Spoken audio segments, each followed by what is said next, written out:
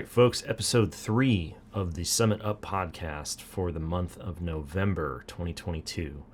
In this episode, as always, we cover our key takeaways from the monthly Cyber AB Townhall, this month featuring bonus question and answer time.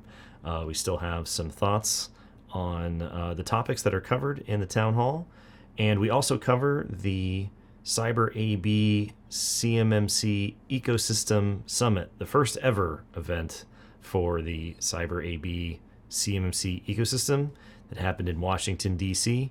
Go into detail of some of our takeaways from the sessions at that event and how they relate back to some of the questions and topics covered in the Town Hall.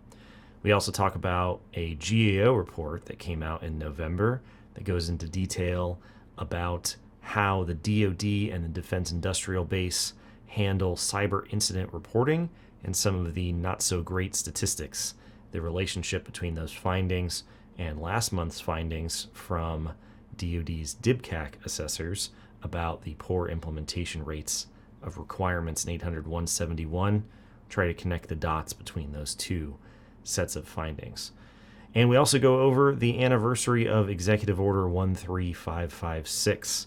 Back in 2010, the executive order that created the Big Bang moment for the federal CUI program and all the individual agency CUI programs that we've come to know and love today.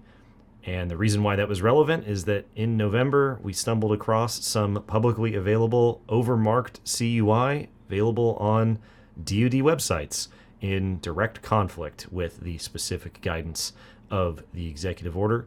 We go into details about how we found it, what that means, and what it implies for the future rollout of CUI as it relates to CMMC certifications and contractors who need to make it through that process. As always, like and subscribe wherever you're listening to or watching this podcast, and please give us a rating and some feedback if you'd like us to talk about different topics or if you enjoy what we're doing. Thanks. All right. The AB Town Hall for November was 90 minutes long. I don't know if anyone noticed. They had some extra time on the Town Hall specifically for answering questions, which, I mean, you know, round of applause for the extra time for answering questions. I think that's a great idea. I think I speak for everyone when I think it's a wonderful idea that we spent more time answering questions. What a coincidence. I mean, that's it was great to see. Yeah, it was. I like the clarity that was provided, you know, as we were in the countdown. It was like the end of the year meeting, obviously, for the Town Hall. So there's not one in December. And the countdown. Yeah, it looks like we only got 3 questions left unanswered and stuff like that. So this is the transparency and communication that we've been asking for all along. This is great. It was great. I think listen, it's always, there's never enough time for questions on any webinar ever. No. So anytime you bake in extra time for questions, it's always a good thing. I mean, we fundamentally changed the format of CS2, our Cloud Security and Compliance series, coming up March 7th and 8th, Huntsville, Alabama, everybody. Check it out. Rocket City. We fundamentally changed the layout of the entire conference specifically to bake in an extra 15 minutes of questions for every session because there's just never enough time. It's like a fundamental law of the universe that there's not enough. There aren't even on sessions that are only Q&A dedicated, there's not enough time. Like it's just a trade-off. But anyways, questions always spurn other questions, right? So it'll always steamroll into something else. But of course, the fact is that you appreciate the extra effort that was made this month. Great. Yep, it was great. Outstanding. There are very few steps to the bus. Very few webinars and organizations that will do that. So hats off to the AB for doing that. Also, long time meme and second mystery of the universe. What is the background on Kyle Gingrich's wall? The director of the CAO. She has this mystery wall that people who longtime viewers of the AB Town Hall have wondered. What is the background? The most common explanation was that it was carpet. It looked like carpet. It does. If you look, it looks like carpet, but it is not carpet. Apparently, it is a a very tasteful, very small snakeskin pattern with metal art hanging on the wall. But the resolution on the camera isn't quite good enough to be able to make that out. So for months and months, people have thought that that Kyle's wall was covered in carpet, but we put that one to rest. Merry Christmas, everybody. Carpet wall is a boss move. A snakeskin wall, even bigger boss move, my guy. For sure. Yeah, for sure. They're both power moves. They both make a statement.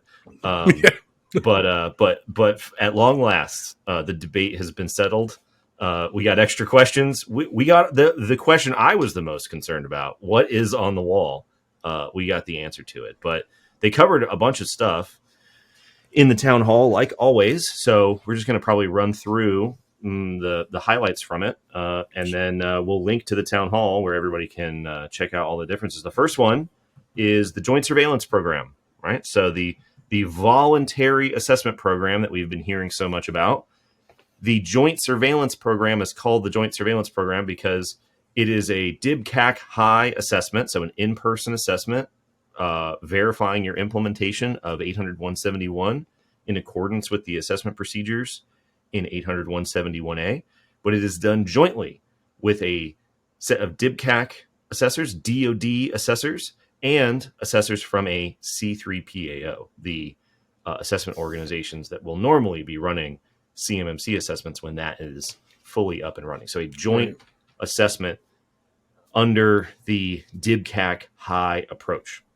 Now, what's interesting is that the alleged way that this is supposed to work is that when you get your DIBCAC high through joint surveillance voluntary assessment, early adopter assessment, when the rule comes out, you will, according to DoD, pending rulemaking specifics, be grandfathered in and receive your CMMC level 2 certification. So although a DIBCAC high does not result in an overall pass-fail, certified, not certified decision, you end up with a score that is a high confidence score calculated according to the DoD assessment methodology, 5 points, 3 points, 1 point control scoring.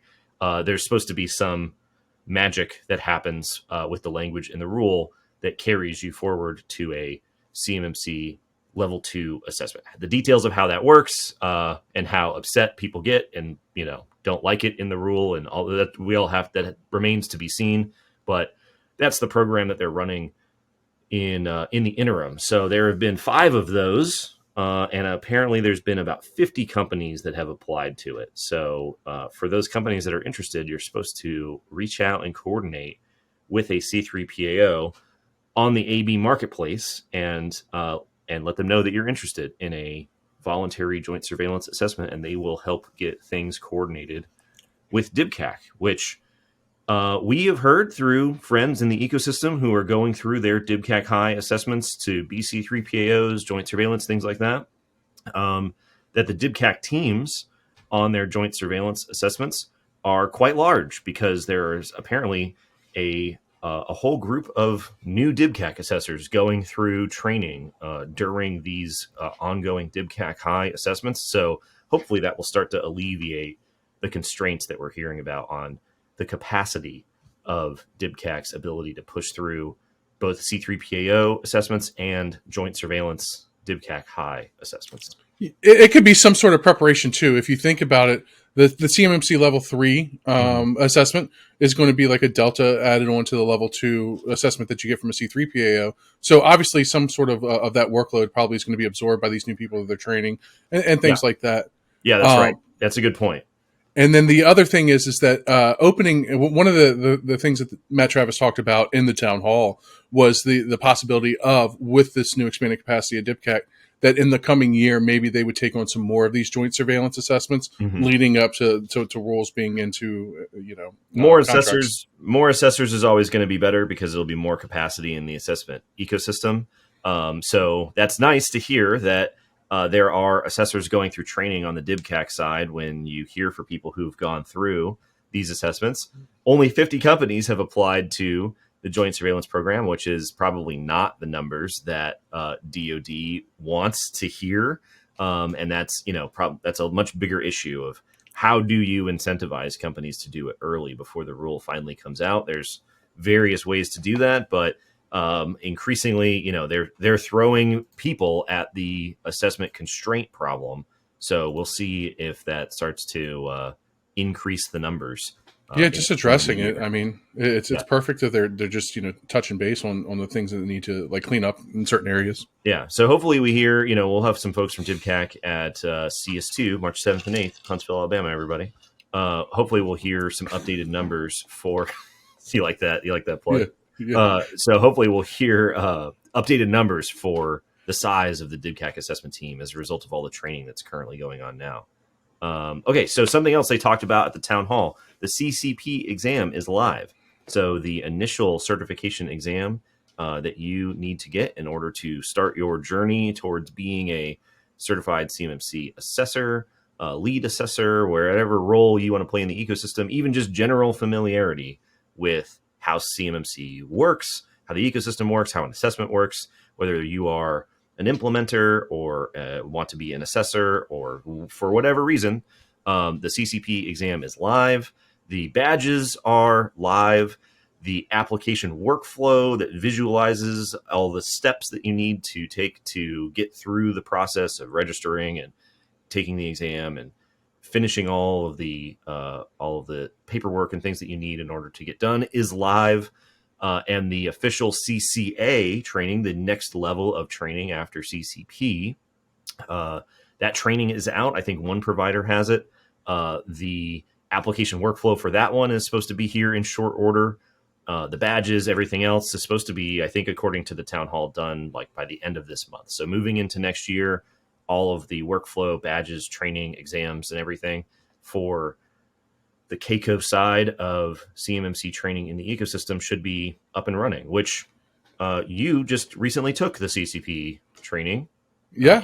Any thoughts so far? You're still going through, right? No, it's done. I completed it this week, actually. Awesome. Yeah. So ended with a run through of every assessment objective and every practice within CMMC level 2.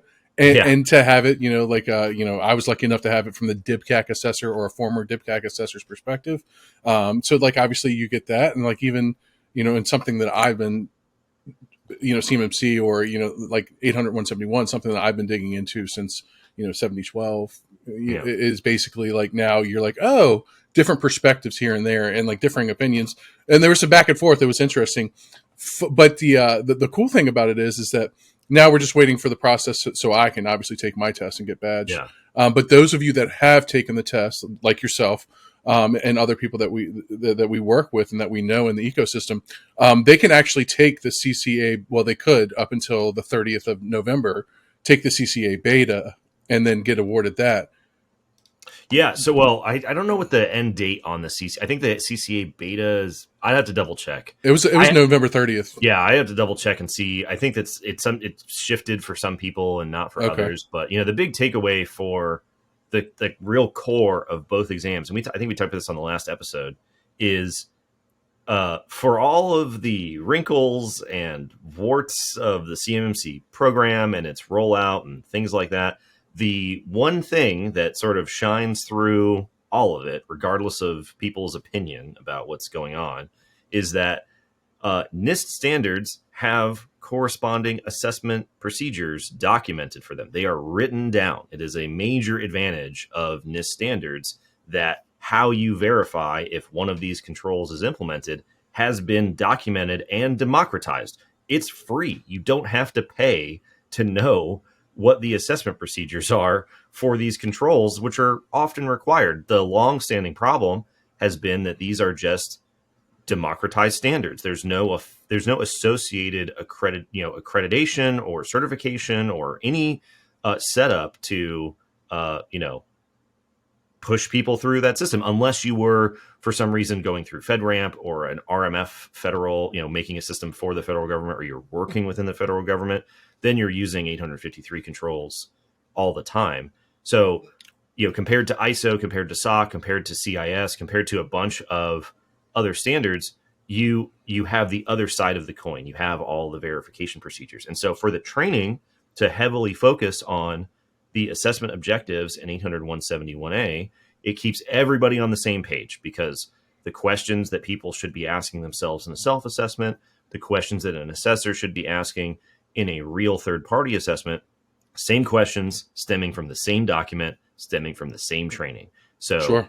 it's a double-edged sword because it's very granular and detailed, and there's a lot of information, but it's not locked away in the assessor's head for you to be like surprised by it on assessment day, which is always, I'm always surprised there's not more, I'm sure nobody's very happy about that in other assessment and sort of standard setups, but the advantage of being focused on those assessment objectives on a NIST-based program is significant. It's significant. It's a big leg up. I agree.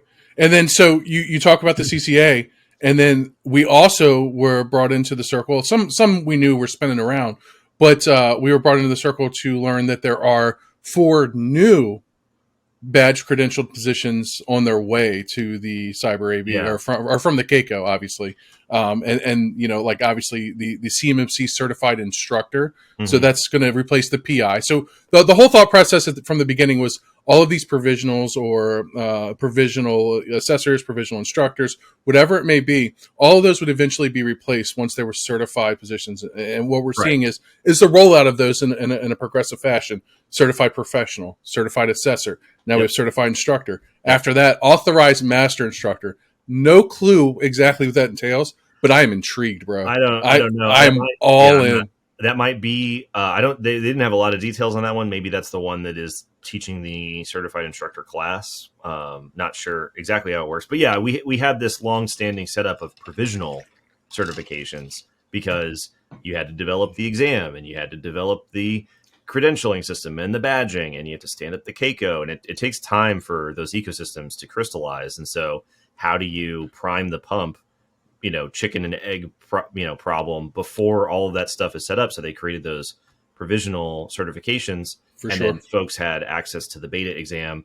If they didn't make it, then they have to go through training just like everybody else. But yeah, they also mentioned that there's the CMMC quality assurance professional, which I'm quite interested in, to see how that role will play in terms of checking the validity and the quality of assessment results, because there are a lot of people out there pitching services and solutions and promising the world and silver bullets and easy buttons that, initially based off of their marketing kind of makes you a little curious, nervous, about how that might play out in an assessment, because a lot of what we tell everybody is, doesn't matter who you're talking to us, talking to somebody else, you should be asking them questions in the context of 800 171A. This goes for everybody. We've heard that DoD offers tools and services to facilitate security. I think we'll have some more information on that in our next episode. But DoD offers free tools and services to facilitate cybersecurity, what they call cybersecurity as a service. And when you hear that term, you think, oh, this is a holistic cybersecurity as a service. Mm-mm. No.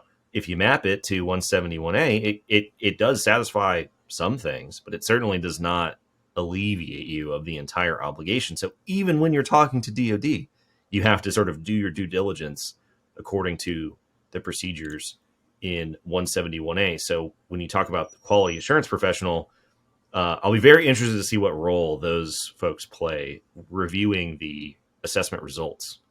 Do you think that there'll be some sort of that position right there itself will be some sort of buffer between these organizations? Now, when I was consulting for DIB OSCs, right, there was a lot of times where a provider would tell us, look, we've got this relationship with a C3PAO, you're good to go. Yeah, I mean, I think that hopefully it is a buffer, right? Because, everyone's going to try and game the system. It's a certification system, right? I mean, that's just sort of the natural bend of the universe once these things come out. So I don't know the details of the role. It'll be interesting to see. Maybe it'll be. You remember John Wick when the adjudicator shows up and like slides a coin. They slide their CQAP coin across the counter, and they're like here to adjudicate your adjudication. So I don't know. I don't know what role they'll play. I'm interested to find out more. And then the last role that they have coming out is their training for lead assessor. So you go through CCP, you go through CCA, you go through lead assessor, which lead assessor plays a very important role in a CMMC assessment. They are given tremendous autonomy and discretion on making calls against the determination statements and assessment objectives in the assessment guide, which is just another way of labeling 800-171A. So that training should be very interesting as well, because that's a real crux of success or non-success in a CMMC assessment. I remember hearing when they were kicking the CAP, the CMMC assessment process guide, also a major part of the training, as you're well aware after this, was they were kicking the CAP back and forth between the DoD and the AB. The rumor was that the DoD was very careful about the words failure or the words like non-compliant. And so then it was lots of words like not met and not satisfied, or whatever.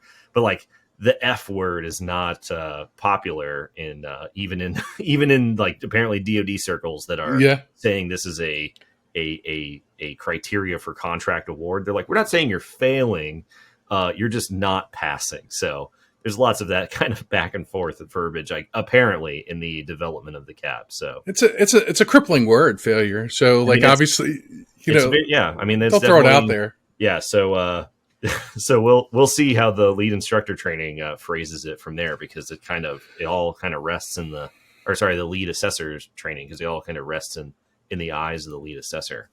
Okay, so the next segment they had on the AB was their year-end review, and the headlines ran with this one, man. The ecosystem numbers have declined. So the number of RPs, the number of RPOs have gone down. And the headlines read, ecosystem in chaos, the collapse of the ecosystem. I don't know if the actual percentage decrease was that intense, but it did go down. So look, if you look on the surface, right? Look on the surface of these numbers, you're like, yeah, that's less than last year. That's less than last year in certain areas. But you see a shift, right? I think we talked about this a little bit privately, but the fact of the matter is that, like, yeah, you do see a shift. So the numbers of RPs and RPOs is down, right?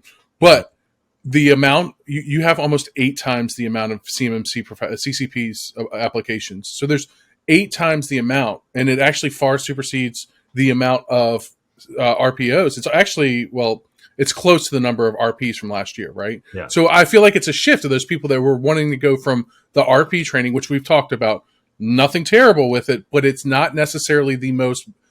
it's not as robust. You've gone through both. It's not as robust as CCP. It's much better than it used to be, but it's not as robust as CCP. And RP is not a certification. You don't have to take an exam in order to finish it. And so as a result, you could take the same rubric for the CCP training and then call it RP, and it's still going to, be like a half step down in people's eyes, because it's not a cert. You didn't have to take a test. Correct. And so, it's great that you have that available, right? It makes capacity, and it makes the information, accessible through another venue.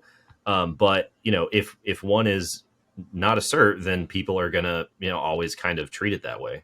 Yeah. So to go from 300 and roughly 300 plus CCPs that applied last year to 2,500 plus this year, I think the things that we got to look at are the positives in the numbers, right? The growth that we want to see within the ecosystem. Certified professionals is definitely one of those, because you want more people that have comprehension of the topics, right? And then the C3 PAOs, right? Because we've always talked about, and you've talked about this in depth over the past couple of weeks, is that the amount of assessors and the amount of assessment organizations needs to drastically increase. It's been talked about the entire time, right? Yeah. If we're going to grow this ecosystem, we're going to assess from internally. We need to increase the number of professionals that we have that can do that. And the first step of increasing the number of assessors is getting people through CCP, because a lot of people who take CCP will never go on to be an assessor, but you can't get more assessors if they don't take CCP. So it's good that the CCP numbers are increasing.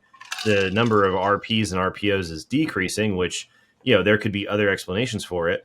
However, I remember, on LinkedIn, I even said this. I was like, listen, the market dynamics for everyone waiting on the rule are not unique just to organizations in the DIB hesitating on getting started on their implementation of 800-171.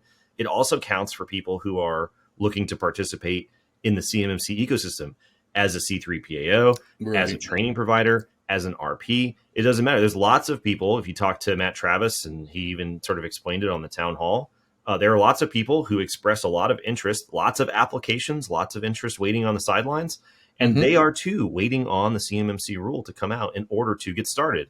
And just like the DoD has trouble inducing that demand via voluntary joint surveillance assessments, it's a hard sell to get through explaining the rulemaking process and the inevitability of the rule and what's going on with the red tape and why it's taking so long and all these things in order to get somebody to say, okay, we're going to do the training now instead of 6 months from now when the rule is out. So that's another just sort of thing to keep in mind when people see these numbers is there's still a lot of demand and interest on the sidelines, but that rule is just it's clogging things up for more than just DIB organizations that need to get their certs. It also starts to allow the CMMC ecosystem to decay, which is something that the DoD and the AB are aware of, but we're all waiting on the rule. So it's crazy because the headlines were like, city is in flames. Entire city's in flames, right? And realistically, it's some bums in an alley burning a barrel, right? Like,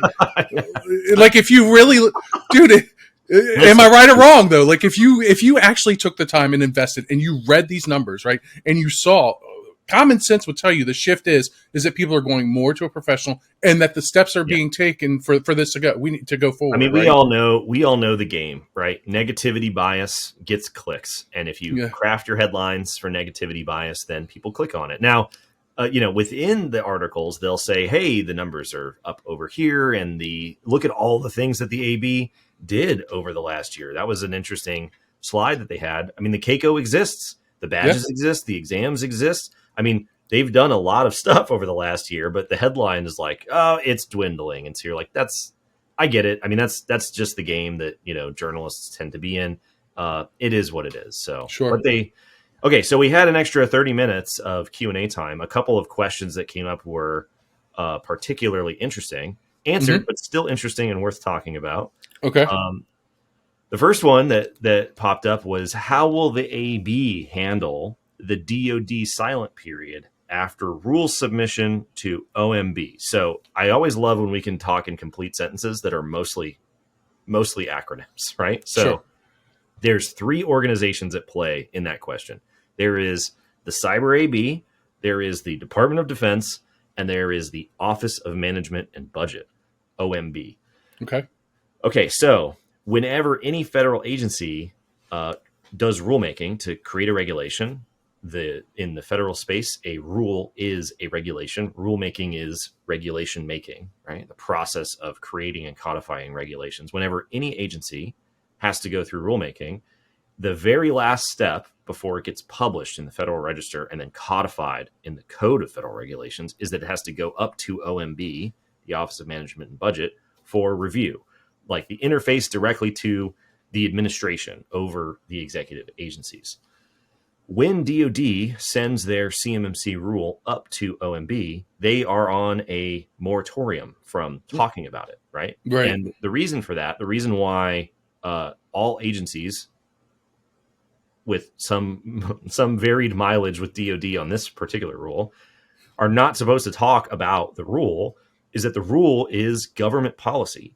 And so if you let the cat out of the bag in one venue and not the other, not through the official venue of the Federal Register according to the actual official process, then people can have an advantage, right? They can know what's coming.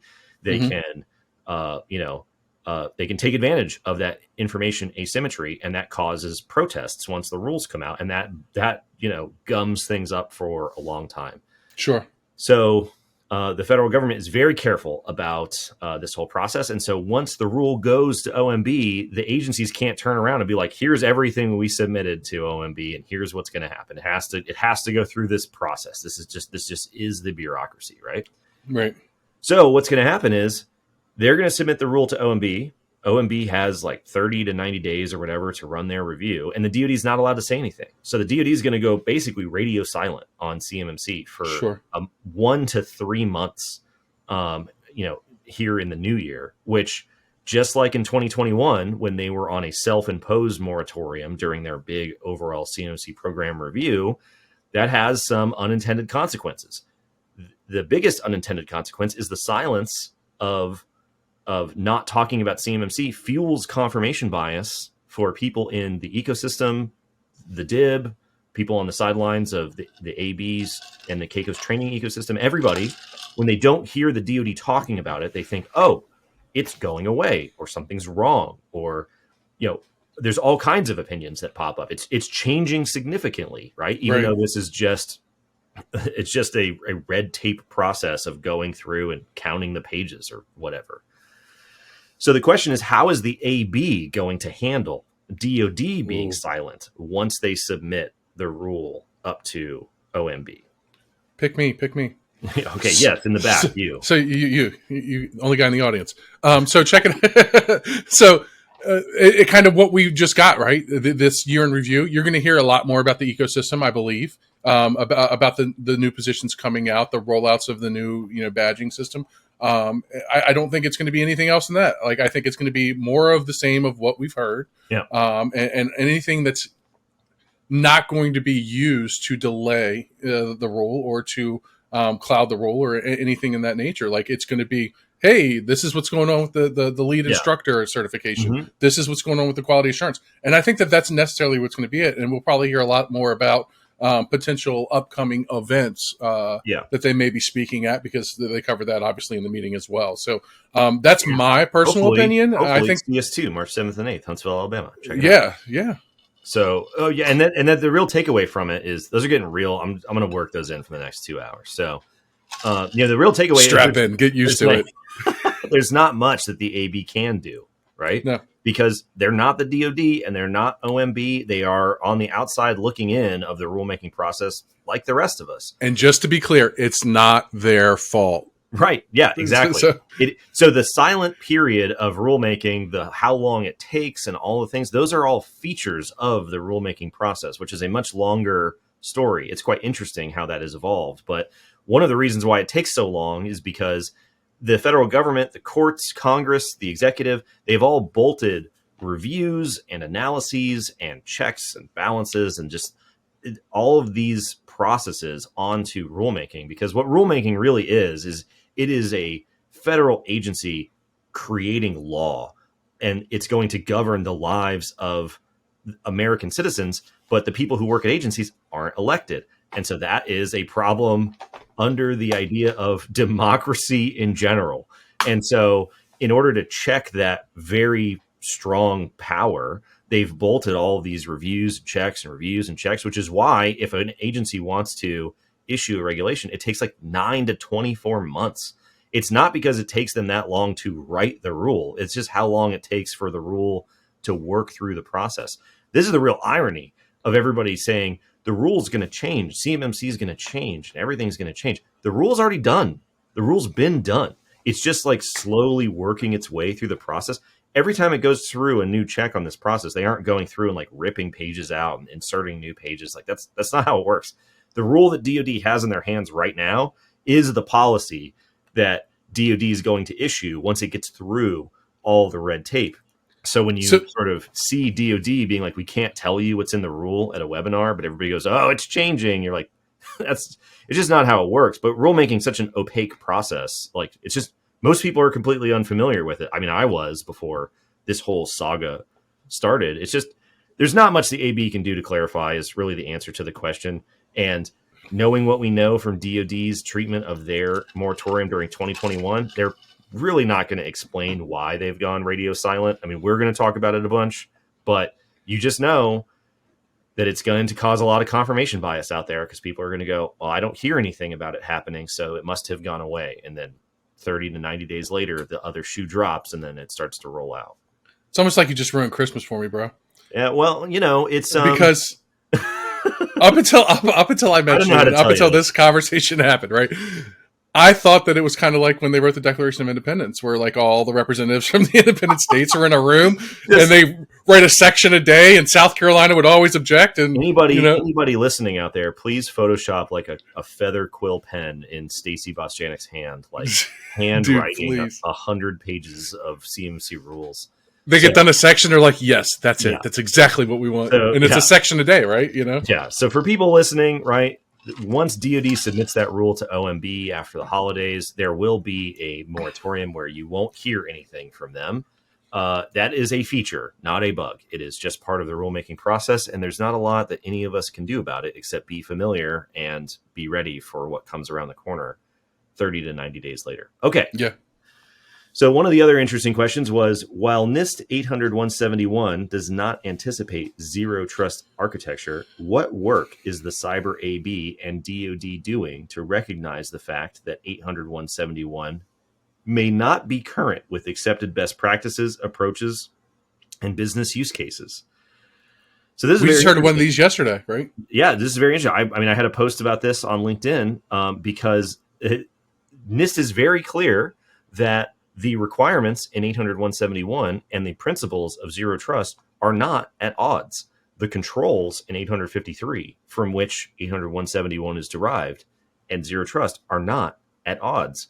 The security engineering principles in NIST SP 800-160, which was just revised and released a month or two ago, not at odds with the engineering principles in zero trust architecture. These two things are not at odds. And just, this conversation comes up all the time. People go, what about zero trust? And you go, what part specifically, what requirement specifically in 800-171 violates the principles of zero trust? Which requirement in 800-171, or I would challenge people in 853 in general, requires you to implement architectures that go against the structure and basis and just general theory of zero trust architecture? Zero trust is a philosophy. It is a way of implementing and enforcing sort of universal ideas of control. It's much more granular access control. It's lots of least privilege, lots of least function.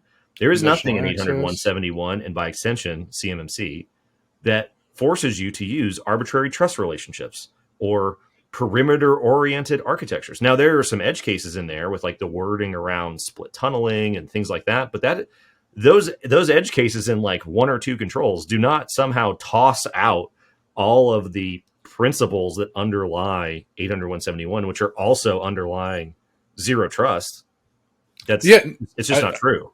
I agree. I think that the thing that's overlooked here when people formulate these arguments is the fact that you have the power to build your assurance claim for the way that you implement something, right? So even if there's a control where something's out there that you're like, oh well, this kind of doesn't fit with a modern architecture, right? Well, then why doesn't it fit with a modern architecture? Explain it. Explain necessarily. And this is a thing, and I'm sure you saw this in CCP training. It's very common as people will go to the language in NIST controls and they'll go, what is the right answer? Or what am I not allowed to do? And that's not how they are written. They are written to be high-level engineering requirements where there is a goal that is outlined and you are supposed to engineer the solution to meet those requirements. And then during an assessment, you are making the case that what you have engineered satisfies those requirements. This is the big problem because most companies in the DIB don't have someone to engineer their information system, or they have an existing information system and they didn't engineer it according to those guidelines. And so there's a big gap. A lot of times they'll bring in an external service provider like us in order to do that engineering for them because we're familiar with how those requirements work. But those answers are just not in there. But to get back to the idea that it's incompatible with zero trust or modern best practices, NIST is very clear about this. In the 800-171 Rev 3 pre-draft comment request for comments that came out, they did their analysis of all the comments that they got from industry, and they outline all of the comments that are out of scope for changes coming up to 800-171. And there's a bunch of them, which we'll link to. There's stuff like 171's oriented around data confidentiality, not data availability and integrity. So don't expect a bunch of controls related to those things to be included in the new baseline. their job is not to figure out within 800.171 software bill of materials or your costs of complying with a agency specific regulation like DFARS 7012. Also, they specifically say out of scope are issues addressing technology specific implementations such as cloud-based systems, zero trust architectures, applicability to operational technology, and or the Internet of Things. If you have those things in your environment, or you are planning to leverage those things in your environment, it is up to you to architect those things into your environment in accordance with the requirements that are outlined in the minimum standard. And the LinkedIn post, which we'll link to, that talks about this, talking about NFO controls again, right? Here we go. There is a control in 853 that talks about good architecture, right? And it is a planning control, much like an SSP is a planning control. It's in the planning family.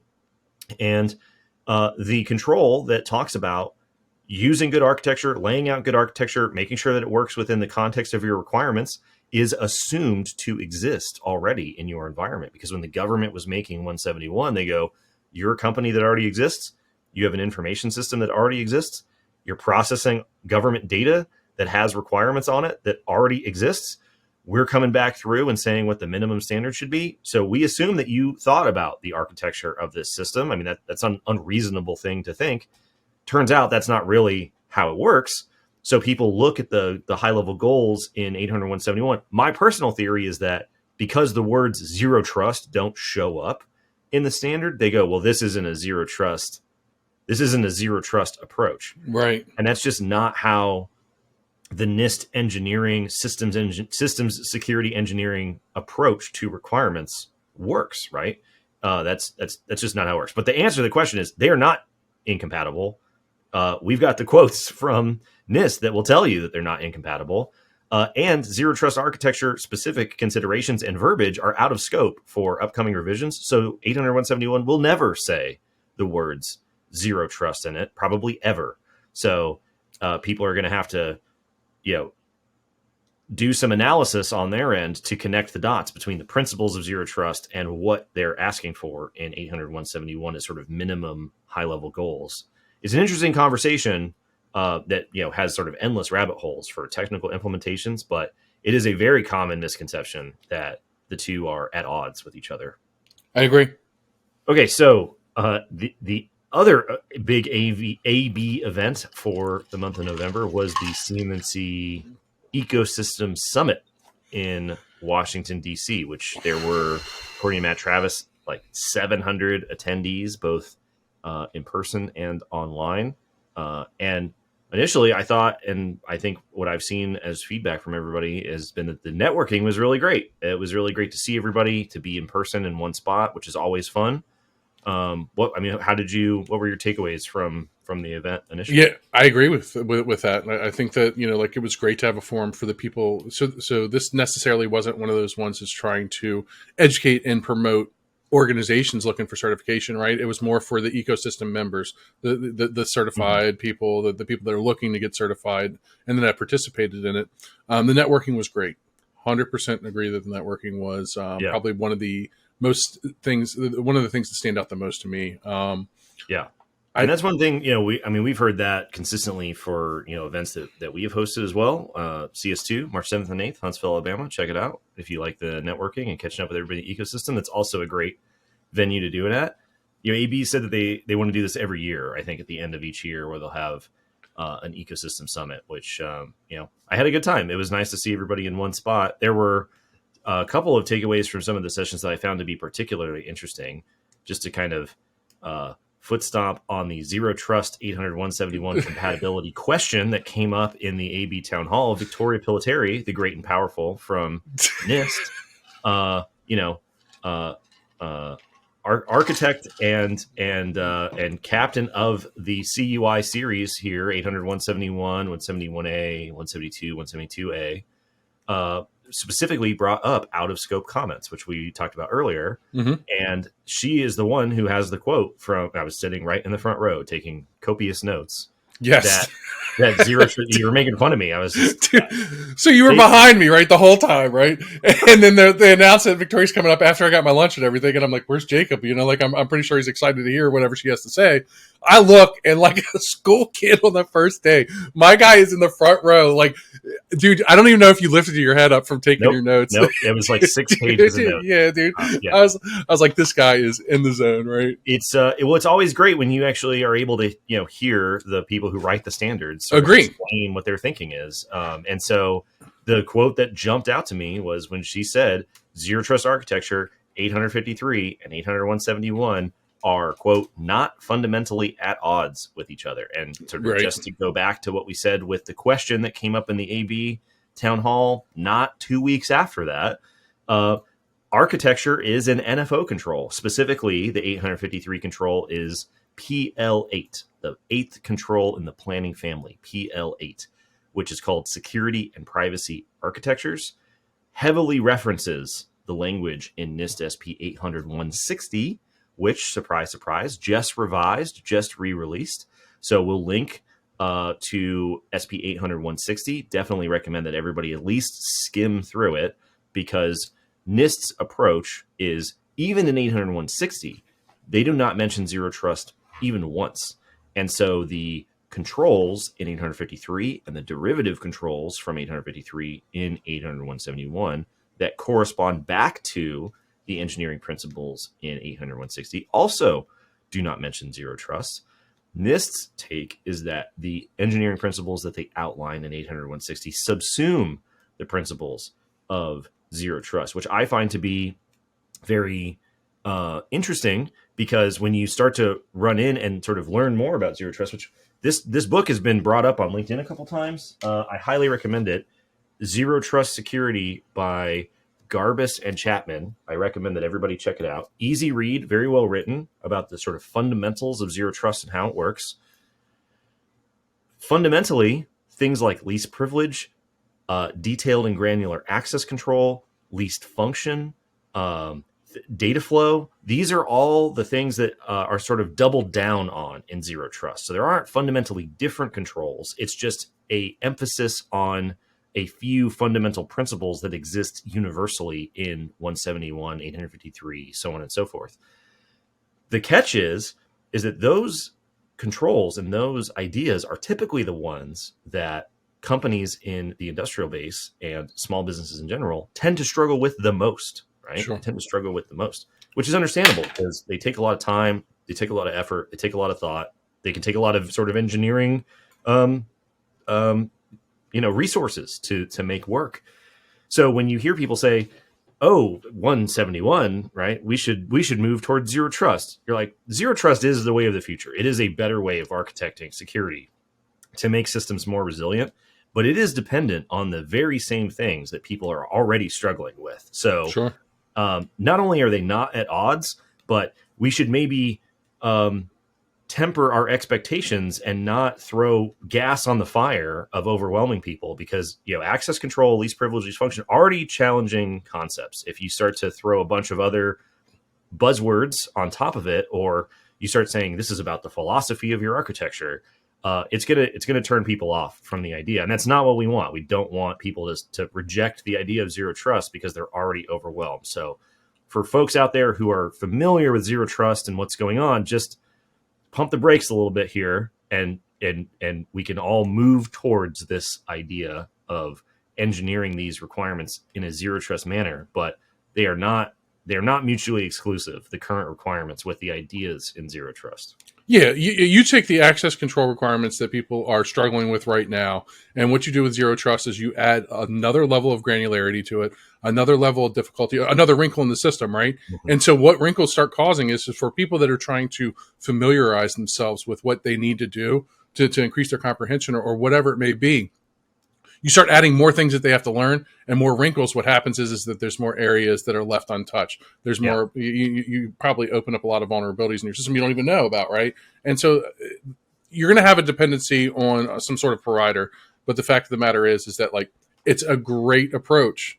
And I think it's where everybody needs to go. But Yeah. like you said, it's got to be baby steps to the bus type deal, right? Yeah, and this is one of the reasons why people get so frustrated with NIST controls in general and their derivative requirements is that they're not specific to technologies or implementation approaches, right? They are not specific to cloud architectures or zero trust architectures or whatever architecture. They've written these controls to try to be very open-ended and flexible so that they don't get pigeonholed into specific architecture implementations, because you can only revise those controls so fast. So understandably, NIST has embraced this sort of universality of fundamental principles: least privilege, least function, access control in general. How you implement those, how you engineer the system is up to the organization in accordance with how you want to engineer the system, as long as it meets these very high level, very open-ended requirements. So it's a kind of a catch-22, because you're like, if you wanted to have very specific cloud architecture guidance about how to implement something very specific, the guidance that you might have for sound cloud architecture 10 years ago is very different than it is now. And then everybody would slam the requirements for being too specific and out of date. So the correction is to have them be as non-specific and universal as possible. So it's not true that they are at odds, but it is true that they don't specifically call out things like those approaches. Related to this, DoD released their ZTA, Zero Trust Architecture strategy for the overall DoD enterprise. Mm-hmm. And I was actually pretty surprised at how much interest there was in this DoD strategy document on LinkedIn and social media and things like that. There were lots and lots of people talking about it. It's an exciting idea, right? It is sort of, on paper, it is a fundamental change to the way that the DoD is approaching the architecture of their information systems. They have it laid out over a timeline for their planned implementation and culture change and everything like that. I mean, it seems it's a good plan. I mean, we'll see how it rolls out in terms of what the DoD is planning on doing. But like we said, there's not a lot of details for how they plan to interface their zero trust transformation and the industrial base. But the big takeaway is that the controls that they have specified in their minimum standards, not at odds with their zero trust strategy or the principles of zero trust in general. This was just something that I was thinking about, at a high level. The concept of an authorization boundary or an assessment boundary is different from the concept of a network perimeter. And I think that a lot of times, this is just my theory, people might be conflating these two ideas. They might be saying, well, you're talking about perimeter boundary when you're talking about these requirements. But you're talking about that in the sense of, where is the boundary of what you are in charge of authorizing? Where's the boundary of what you control? Where are these boundaries of what's going to be assessed? There has to be a theoretical limit of what is being assessed. Even if you don't trust everything inside and outside of what you control, that doesn't imply that you've created a perimeter to your network that dictates everything inside is trusted and everything outside is not trusted, right? This is an assessment and verification of requirements, which could be a zero trust oriented approach to the implementation of those requirements, which is a topic I'm interested in exploring in the future. But I think that the language of authorization and assessment boundaries is being mixed up with the idea of network perimeters from an architecture standpoint, which I don't know if that's actually true, but I just have a feeling that the verbiage that we're using from the two worlds is getting mixed up. That's interesting. So I think the thing that I took the most from this, all right, so the DoD ZTA strategy, obviously it's a roadmap that's planned between now and 2027, right? And what the goal of it is that, and this is strictly from the release, the strategy envisions a DoD information enterprise secured by a fully implemented department-wide zero trust cybersecurity framework that will reduce the attack surface, true, enable risk management, better risk management, true, and effective data sharing and partnership environments, interesting, and quickly contain and remediate adversary activities, right? So you're obviously centralizing everything into a cloud environment, right? And the data sharing and partnership environments seems to be something that would be interesting to us. Mm-hmm. But by 2027, like we said, pump the brakes on ZTA implementations, baby steps to the bus. I mean, it's 2022. We're at the end of 2022. So they're talking about a 4-year rollout. Sounds like baby steps to me, right?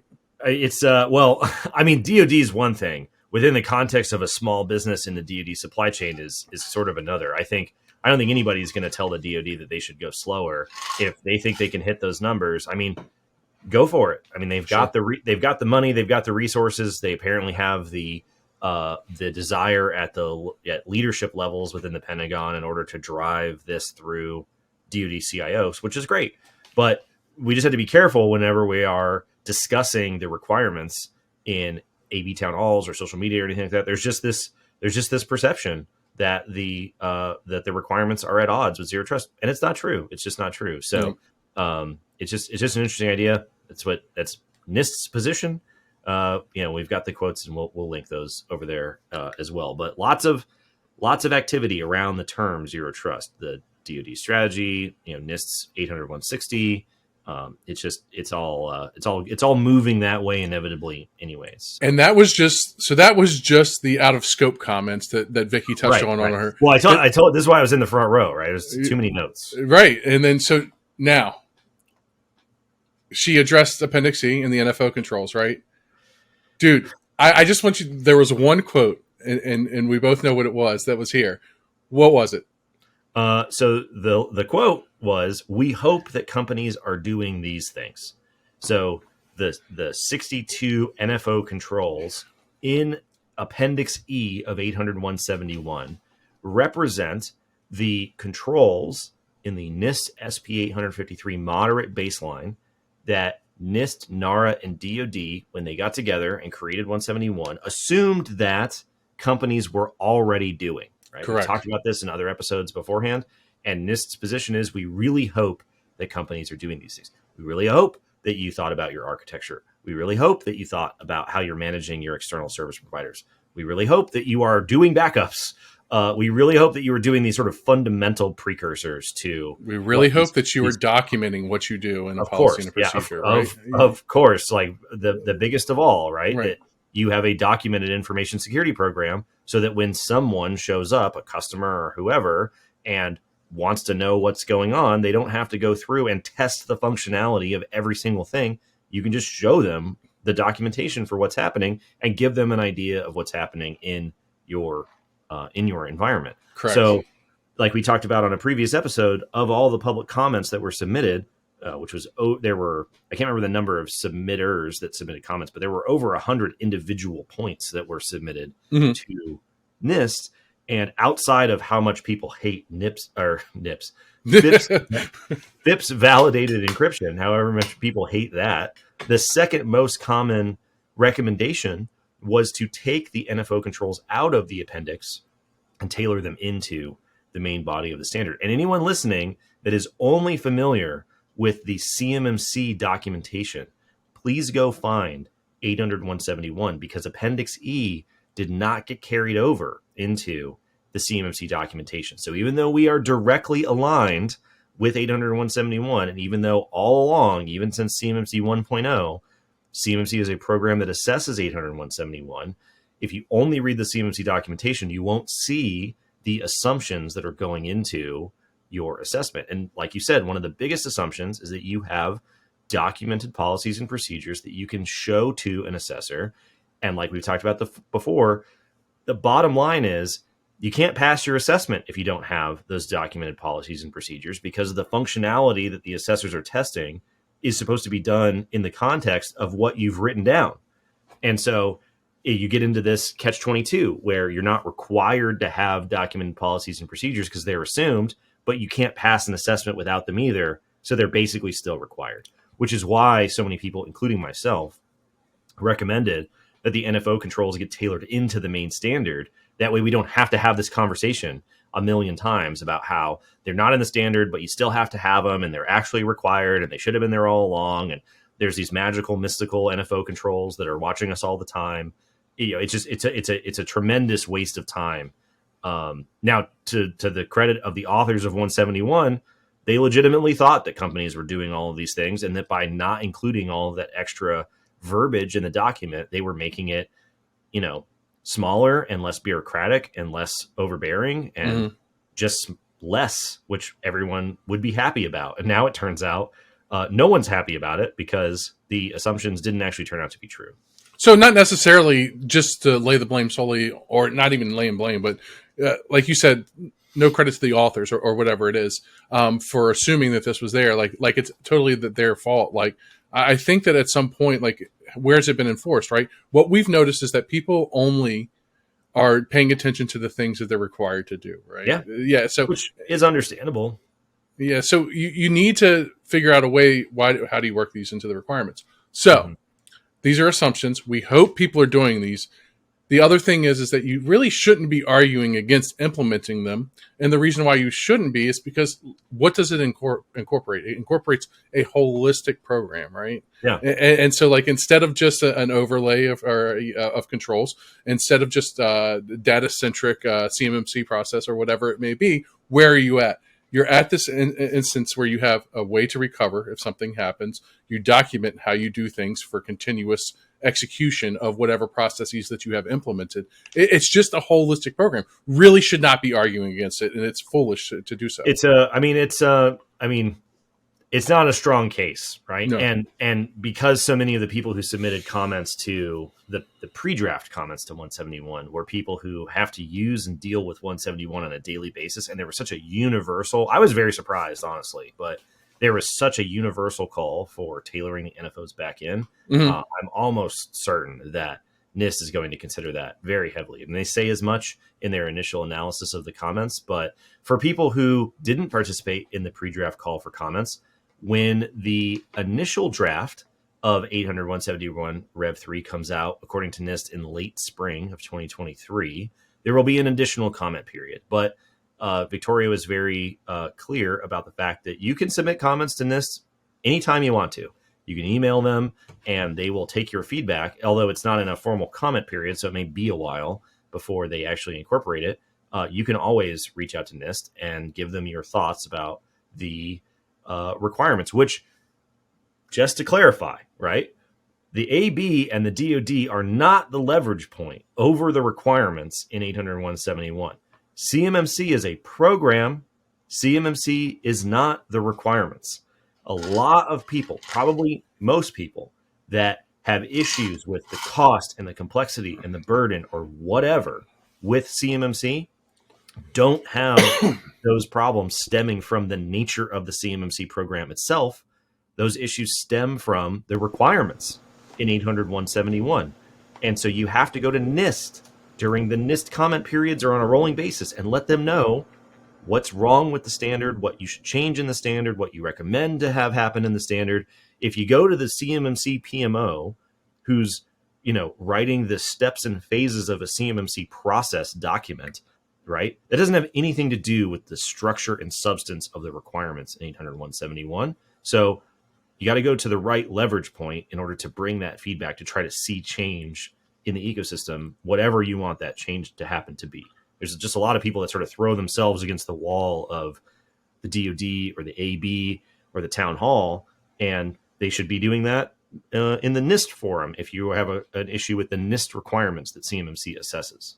Sure. So you talked about, we talked about NFO controls, and that we hope that as the revision of 800.171, when R3 comes, which should be coming when? So the initial draft of revision 3 for 171 should be late spring. Mm-hmm. So the final draft / final revision should be, fall or the end of 2023. Ron Ross said a couple months ago that the revisions to the CUI series, 171, 171A, 172, 172A, which correspond to CMMC Level 2 and CMMC Level 3, respectively. Sure. They're revising those over the course of the next 18 months once 800.160 is out. 800.160 came out a few weeks ago. Mm-hmm. So now they are turning their efforts to revising that CUI series. Initial draft late spring. So I would say final version of 800.171 Rev 3, probably Q3, Q4 of 2023. And so in that time for the initial public draft that's released, And the final draft, what happens? They do what? They take comments, right? So they'll take comments. Yeah. So, I Yeah. mean, and that's I think that forum that you were directing people to, is that Yeah. that's where you go in and you state your case for whatever you see that's changed that you may or may not agree with, or you think can be teetered. To be fair to NIST, right? Everyone should review their summary of their initial pre-draft comments and see what is out of scope. Because if you're going to roll in there and submit a bunch of comments about how much it costs to comply with DFARS, that's not what NIST does either, right? It's very annoying for this to happen for people, where you're like, you have to go talk to this office, or you got to go talk to that program, or you got to go talk to this person. But there's only so much that each one of these entities in the ecosystem actually controls. And so NIST controls the language in 800.171, but there are a lot of things that are conflated with the language in 800.171 that NIST doesn't control. So just keep that in mind. All right. So now with that, initial public draft comes, comments come. Comments are submitted. They take action on the comments. We get a final version of R3 whenever, right? Yeah, what does 2023? What does that mean on CMMC? Well, this is the real spicy meatball, because CMMC is a program that assesses the requirements in 171. DFARS 7012 is the contract clause that says you need to implement the requirements in NIST SP 800.171. And DFARS 7012 is not subject to CMMC rulemaking. The rulemaking that made 7012 finished in 2016. It's done. It's in black and white. They received public comments. They adjudicated them. They gave their responses. It's the law at this point. And in DFARS 7012, there's a specific line that says the covered contractor information system, your information system as a DoD contractor or subcontractor that is storing, processing, or transmitting CUI, your information system, shall be subject to the security requirements in NIST SP 800.171 in effect at the time the solicitation is issued or is authorized by the contracting officer. Most contracting officers will not issue contract mods to catch up to new revisions of 800.171, so don't worry about the last half of that sentence. If they do, you'll know about it. The really operative point here is in effect at the time of the solicitation. Whatever version of 800.171 is in effect at the time of the solicitation is the version of 800.171 that you are supposed to implement on your information system that's dealing with CUI. Wait. So you're telling me right now, if I were to go and sit through a joint surveillance, or when CMMC rulemaking finalizes and I get a C3PAO, the requirements that I have to attach to are essentially Rep 2. The current version at the time of this podcast recording is 800.171 revision 2. So if you go through an assessment right now, you are being assessed against the requirements in 800.171 revision 2 and its corresponding 800.171A. Rev 2. And then Rev 3 comes out after I've done my implementations, but I haven't been assessed yet. So the requirements that I'm assessed against are? Well, this is the big problem, is that if, let's say that revision 3 of 171 comes out Q1 of 2024. For sure. The planned rollout for CMMC is between 2023, when we expect the rule to come out, and 2026, at which point CMMC will be a contract clause requirement in all contracts, right? They're going to slowly phase it into all those contracts. Well, right smack in the middle of this phased rollout, we're going to get a revision to 800.171. And barring the amount of time that it takes for the CMMC documentation to catch up, which there'll be some delay, right? A couple months.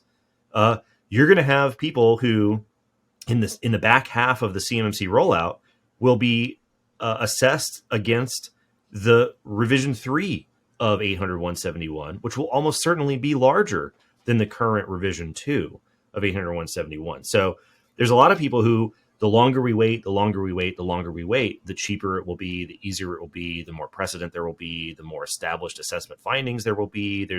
It's cheaper and easier the longer you wait, which is not untrue, as long as you know that the longer you wait, the higher chance it will be that you will be assessed against a larger standard in 800.171 Rev 3. And this brings back the idea of a constraint on implementers and assessors in the ecosystem. There are a a relatively large group of early adopters who have already gone through their transformations, already gone through their migrations, already gone through their mock assessments. They're ready to go. So when the shoe drops, they're going to jump out and they're going to get their CMMC assessments, and then they'll be good to go.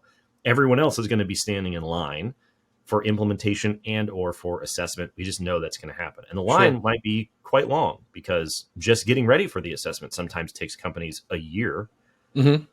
Well, if you're standing in line waiting, and then while you're standing in line, Rev 3 comes out, and then while you're standing in line, the CMMC documentation that corresponds to Rev 3 is updated, and then while you're standing in line, the training is updated, and then while you're standing in line, now all of a sudden the standard is Rev 3, you're not getting assessed against Rev 2, and that's going to be more time and more money, more things that you can stumble on. So when people make their risk determinations about how long they want to wait and when they're planning on doing things, they should know that the standard is going to be bigger. And if you're not in the initial group of people who makes it through, you have a higher chance of needing to do more under your CMMC assessment for the same certification, while your competitors did not have to do that. They won't have to get assessed again for 3 years when they need to renew their CMMC certification. So it's a pretty crazy confluence of events, but the CMMC rollout is not going to prevent NIST from revising a government-wide standard, right? That is not what they are concerned with. And the NIST revision to the standards is not going to prevent CMMC from rolling out, right? This is just how the various events and documents and programs are colliding with each other on the timeline.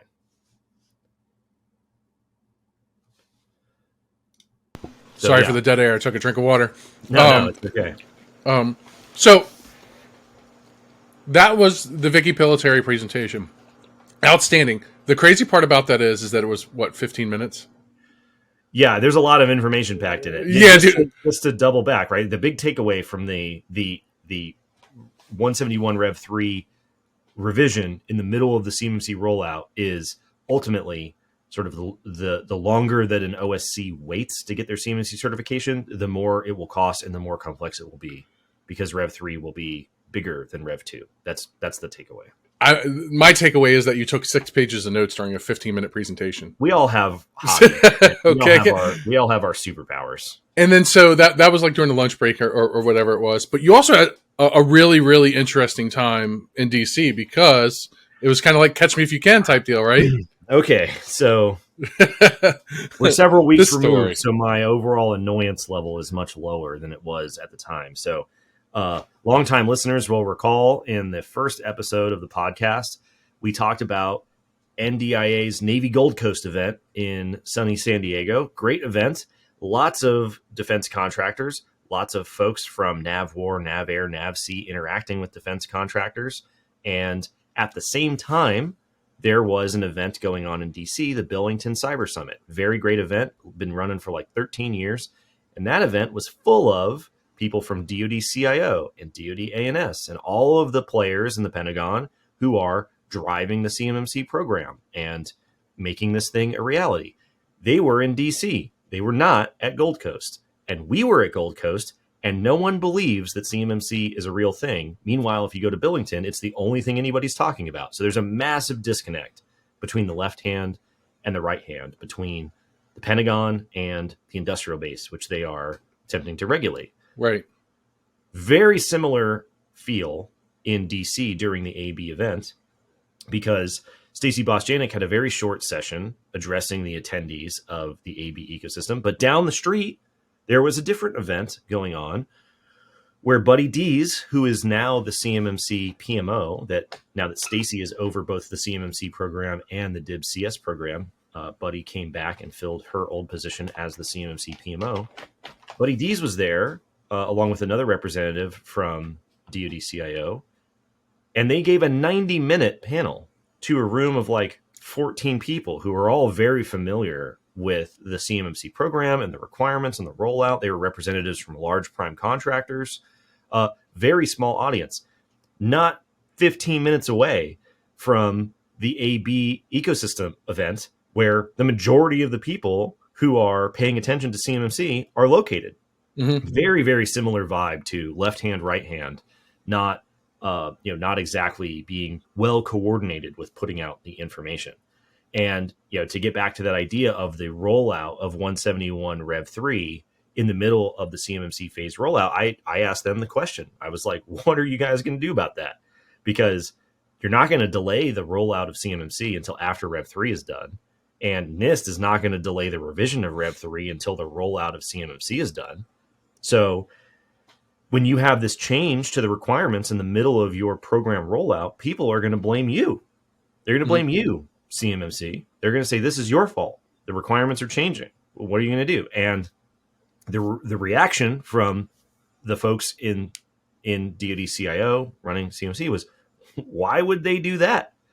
Why would they blame the CMMC program for something that NIST is responsible for? We're just showing up and checking the math. Your requirement to implement 800.171, whatever the current revision is a function of DFARS 7012. That doesn't have anything to do with the CMMC program. That's been the way that it's worked from the original version of 800.171 to revision 1, right? Like nobody complained when we went from the original version to revision 1 and added a control. Why would they have an issue when we go from revision 1 to revision 2? And so it was just very interesting to see the reaction, because from the perspective inside the Pentagon, this is not an issue, but the perspective outside of the Pentagon is it's the only issue. And there's just, if there's one way to sum up the saga of CMMC and DFARS, it is competing and conflicting perspectives of reality, because everything makes sense to the folks writing the regulations, and the way that it is translated and perceived in the industrial base is basically the complete opposite. Sure. And a similar question came up where people in the very small audience were talking about mismarked or unmarked CUI. And they go, we're not getting marked CUI, and that causes problems in dealing with CMMC. And again, the CMMC PMO said, why are you blaming us? The OSD INS office is the one that is in charge of the DoD's overall CUI program. They're the ones in charge of rolling out marking and marking guidance and training and so on and so forth throughout the agency, and as it would percolate down the agency through requiring activities and program managers and KOs and all that good stuff. That's not the CMMC PMO. We're writing a document about how to run an assessment. We don't write the requirements. We don't deal with the marking. Those are all things at play. But you can't blame the CMMC PMO, according to them, for issues that are the responsibility of a different office in the Office of the Undersecretary of Defense. So it's just a very interesting issue with the fact that there's a lot of pointing Spider-Man meme going on, where the PMO's office goes, that's the INS office, and the INS office goes, that's NIST, and NIST goes, that's the people who write DFARS, and they're like, well, that's the AB, and the AB goes, well, there's just a lot of constant circle, right? Crossed fingers going on.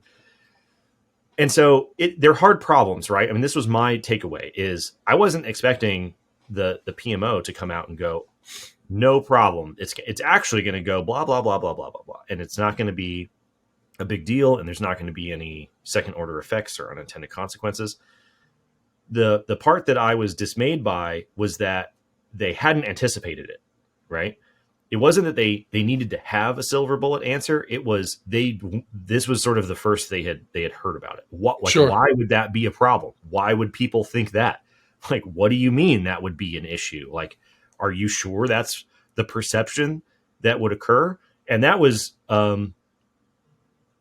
disappointing, because it's going to be the perception, right? It is going to be, even if it's a misperception, that will be the perception, and perception is reality, right? People are going to blame the CMMC program for changes to the underlying requirements, which they are not in control of. And people are already blaming the CMMC program for issues with mismarked or unmarked CUI, which the CMMC program is not in control of, right?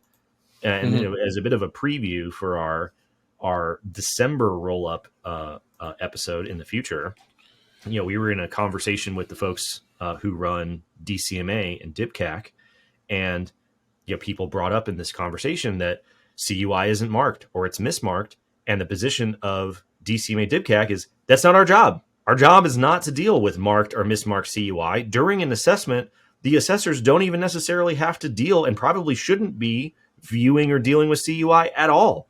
The fact that you have the CUI is a negotiation and a process that you worked out in accordance with 7012 with your customer, with your KO, with your PM, with that happened long before you ran your self-assessment and submitted your SPRS score and did your scoping and then your self-assessment in accordance with 800-171A.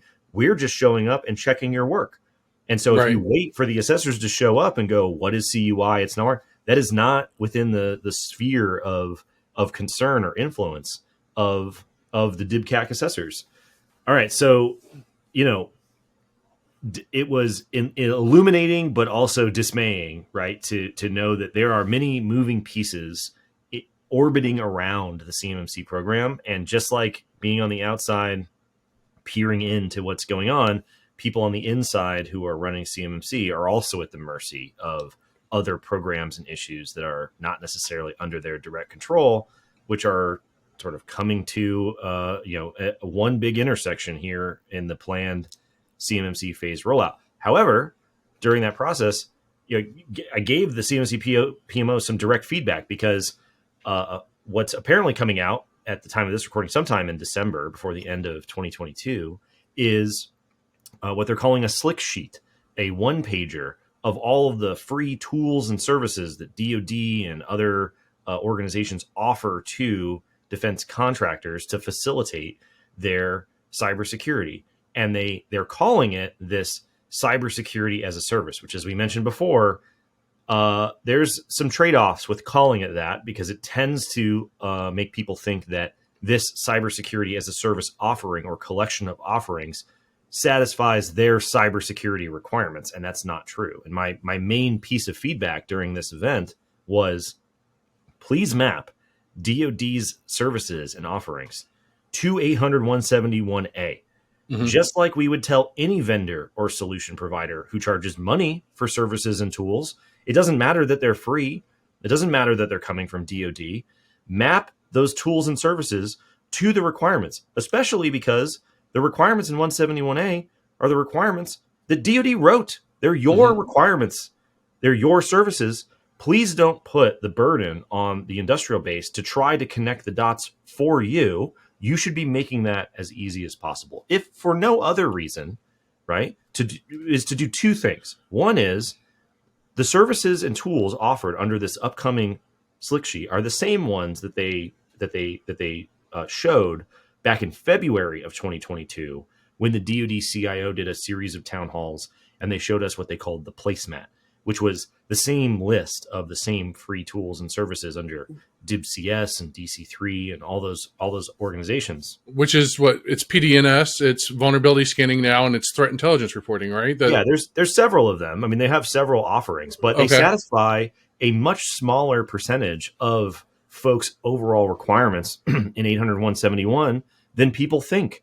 And so you need to map them to 171A. Please, DoD, do this for the industry so we don't have to do it for you, because people will find out that although it's great that you have facilitated better security, it is a very small percentage of the overall requirements that are actually satisfied. Yep. The other benefit of them mapping it to 171A is it models what a good mapping looks like. Like, we have spent years at this point telling people that mapping should be done to 171A. We have mapped our own shared responsibility matrix to 800-171A. We know that's how the assessments are run. We know that's how SPRS scores are calculated. And still, almost every vendor out there that has anything to do with these requirements maps it to not 800-171A. They map it just to 800-171. And that's bad because you take their mapping, you take their word for it, you roll into an assessment, and all of a sudden you fail because you have a bunch of questions that don't get answered because those vendors and solutions don't cover those extra questions. So set the example, be the model, be a leader, connect the dots between your own requirements and your own services, and please map them to 800-171A. Now, the great part is they were very receptive to this feedback. So time will tell at the end of the month here, after this episode comes out, if they took the advice to Yep. map it to 171A, because I would much rather have the mapping come out and be like, this is great. This is a good example of what good mapping looks like. Don't be misled by thinking that all technology solutions can solve all your obligations, rather than having to come out and be like, shame, shame, shame on DoD for not finishing their homework. Like, it would just be much better if they just do the mapping, please. Yeah, so I think that what needs to be considered here is that what they're doing is they're enabling you with the technology or whatever it may be. They're enabling you with a capability. You still, as an organization, have to identify what's being done, define how often or it's done, and validate that it's being done. Yeah, I mean, DoD says this all the time. They go, this is not a technology problem. This is not something that you can just buy in order to satisfy the requirements. And yet, if you put out a slick sheet one-pager of services and tools that are technologies, and you call it cybersecurity as a service, and you don't indicate in detail how it does not satisfy all of the requirements, you perpetuate the very same misperception that you have been warning people not to buy into. So I really hope they avoid that issue, because I mean, we see it all the time. Anytime people bring up there's nothing wrong with these services. They're great services, Sure. especially because they're free. But we see it all the time. People come out anytime they come up in conversation on social media, and people go, well, why don't you just do those instead? And it's because the 7012 contract clause codified in previous rulemaking says 800-171 is a set of minimum requirements, not some set of free services from DoD. That's not going to change. So using those services, even if you use every one of them, is not enough. It is great. It helps. It reduces cost. It's wonderful. But there is more to the story. And I just really hope that DoD doesn't shoot themselves in the foot like they did back in February and create this misperception that it's going to, solve everybody's problems, or not perpetuate, but tolerate subpar mappings that cause a lot more confusion rather than clarity. Right, because from the perspective of the OSC, if I see something that says that this particular free service covers this particular control, my assumption is it covers the entirety of this control. Of course. Instead of mapping it down to the things like I was saying, you still have those actionable tasks that you're going to have to carry out as an organization. Right. And it just makes it so much more. It's very frustrating because we'll talk to DoD, we'll talk to folks, right? We're not making up the idea that 171A is important. That's how the assessment is run. Sure. The advantage of having it mapped to 171A is instantly what you're getting for your money in the context of your requirements. Sure. Right? It's very, very helpful. It's very, very clarifying. If the DoD doesn't map their own services in that way, then it falls to crazy guys on a podcast, right, who are like, you really should map it in a different way. And everybody's going to turn around and go, well, DoD didn't map it that way. And then they show up in their assessment and, it doesn't go well. Just please map it to 171A. I don't want to record our December wrap up in 2023 and be like, we told you not to do this. So, but like I said, they were very receptive to the idea, to their credit. So that was very encouraging. However, another caveat to this set of solutions and services that they're going to put out on this slick sheet is not all of them are available to every DIB contractor. Wait, what? Like half of these services are only available to cleared defense contractors under what is known as the DIB CS program. The DIB CS program has been a pilot program for a long time. In order to convert it to a full-blown program, much like converting CMC to a full-blown program, it has to go through rulemaking.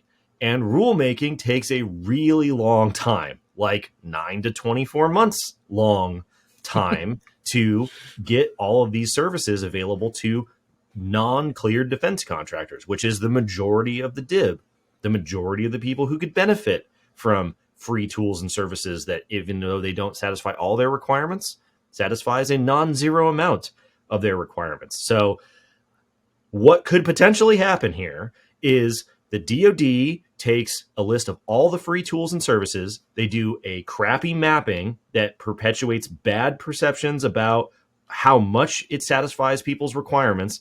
And people find out that half of them that would do something against their requirements aren't even available to them for like a year or two. Just like the rollout of 800.171 Rev 3 occurring in the middle of CMMC, I have not heard anything about them waiting on CMMC rulemaking for the DIB CS program to be made available to the rest of the DIB. So you're going to put a document out there that says, we have tools and services that would help reduce the cost of you implementing these requirements. And you're just going to have to know that they exist in the middle of the CMMC phased rollout. So if you wait to have access to the free services, your chances of then having to do 800.171 Rev 3 go up. And you're like, the sequence is completely out of whack. So it's a mess, man. I mean, the DoD is kind of trapped here because you have to put out information about the services to make people know that they're available. I mean, you're making them available, but they haven't gone through the rulemaking to make them available in time to help people before the 171 Rev 3 shoe drops.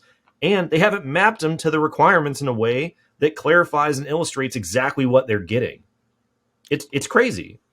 So mapping is a type of on the spot correction that you could make if you were the DoD to fix this and try to clear up the confusion. The problem is that some of the problems or some of the issues that they have to resolve in order to provide these services and stuff like that aren't on the spot corrections, right? So that after the fact or the things that you realize need to be remediated to kind of make this thing go smoother, you then realize it's going to take you almost 2 years to get it out the door. Yeah, and I mean it's the simple leverage point, and the way that I described it, I was like, I should have been preaching to the choir, but whatever. The simple leverage point is always mapping to 171A. Do you know the numbers of DibCS program? How many organizations are in DibCS? I think they may. We talked about it before. They may have changed. We've got the link to the slick sheet from February that we'll bring back in there, but they may change the way they describe those services when this new document comes out. I think there's like 18 or 19 programs, but I think less than half of them are available to all contractors. I think the majority of them are locked behind the DibCS participation, which you have to go through rulemaking. I believe that's the split, but we'll have to wait and see when it comes out. So yeah, that's an interesting number. I didn't even think about that. Like to the comparison, like what portion of the ecosystem does this cover, right? And so it's great ideas. It obviously absolutely great, but the fact of the matter tools and services, we should have more free tools and because if I'm an OSC and I'm struggling to do this, I hear those words that you just said right there: full free tools and services, right. Cybersecurity as a service. Sign me up. I have cybersecurity requirements. I can't even sign up. I give you that. Well, and so that's the real problem, right? The bad mapping is a much more subtle problem.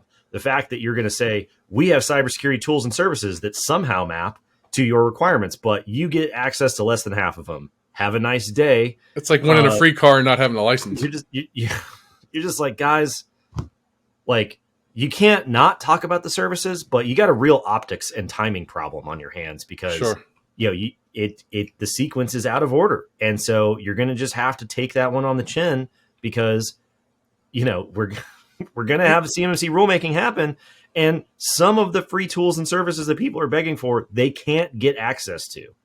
Like, that's just going to be it's not going to be a popular thing. So I'm glad. And rulemaking is a necessary step, like especially when major changes are made to things, right? That have impact on such a large base of people. So I mean, the way that it's hard to go back and be like, well, you should have done it this way, right? Nobody really likes it if anybody does that. But, the DibCS program rulemaking should have happened before CMMC rulemaking so that access to the tools and services would be available to people who need to go get the cert, right? Agree. Yeah, agree.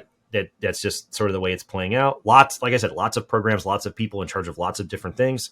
So timing gets messed up, but we'll see, man. At the very least, I hope they map it to 171A because that'll be very clarifying. And if they don't, we're going to talk about it in January whenever we do our December roll up. But I'll be much more annoyed in one situation than the other as the sort of preview there. So, anyways, wrapping up the ecosystem event in DC, Kelly Kiernan is a wonderful resource. So she was running the Blue Cyber program through the Air Force. Now she is detailed to the Department of the Navy to talk about all of the resources out there provided by DoD, provided by the NIST Manufacturing Extension Partnership, PTAX, basically all of the resources that could possibly be available to organizations who need to get ready, regardless of how holistic and comprehensive those solutions are or are not. She is the sort of center of gravity for having collected the information about all of those tools and services. I have seen Kelly on a 6-hour-long webinar walking people through questions about 800-171A just as the questions roll in. I mean, she's an absolute machine in terms of getting out good information. So she had a great session at the ecosystem event. We will link to all of those tools and resources. You should follow her on LinkedIn, follow her events, go and check out all the resources, but know that Kelly will be the first person to tell you that they are not a holistic solution. You have to cobble them together, and they don't satisfy all of your requirements. There is no easy button solution that you can press to check the box on all of these requirements, but it's a great place to start. So we're big fans of Kelly and all of her efforts between Air Force and Navy. Yeah, I really liked her presentation. I definitely wasn't in the front row taking notes, but it was, one that made me sit up in my chair. It was one, had some wrinkles into it. There were some things that you don't realize until you see it from the perspective of somebody in that type of position. Yeah, it's it's interesting, and she said something that made me think about CISA. DHS CISA has their list of free cybersecurity tools and services, and we'll link to those as well. But she said something that jumped out to me, where she said free services generally cost time, right? Is what ends up happening, and I think that's probably true for the most part. Is that the more free the tool and service is, the less managed it is for you. And so it's going to cost you. It's going to cost you one way or another. So free tools and services are great. Very few free services are also fully managed. So I'm very happy that Kelly and her efforts from some of the DoD branches are much more upfront about the limitations of some of the services, even though they're all very, very good. So we'll link to all that information as well. And then the great and powerful father of CMMC, Dad Bob Metzger himself, had a excellent session to kick off the ecosystem event. I always love listening to Bob. I think everybody's a big fan. I mean, he's been around working this problem since it started. I mean, yeah, he predates everything. He's like we said. The joke is he was introduced on stage, maybe off the cuff, as the father of CMMC, which is a meme that has just taken off in the overall ecosystem. And Bob is, I think he has mixed feelings about how popular it is. I love it. I think it's hilarious. Yeah, I like how he plays into it. Bob's a good guy, right? And so best. Like the fact that he just embraces it and then just goes along with it, it's great, dude. Yeah, Dad's here, so. It's only my kid when it's behaving good. Like that was the best one, dude. When CMMC's getting good news, that's my kid. Oh man, it's so great. But there were 2 points about Bob's session that jumped out to me. One is Bob has been very focused and very consistent over the years about the threat of ransomware, as we all should be. Specifically, the threat of ransomware within the context of cyber insurance, and how well 800-171 and the CMMC program lines up or doesn't line up against the things that contribute to ransomware, recovering from ransomware, dealing with it, and therefore more likely to get insurance policies and or cheaper insurance policies.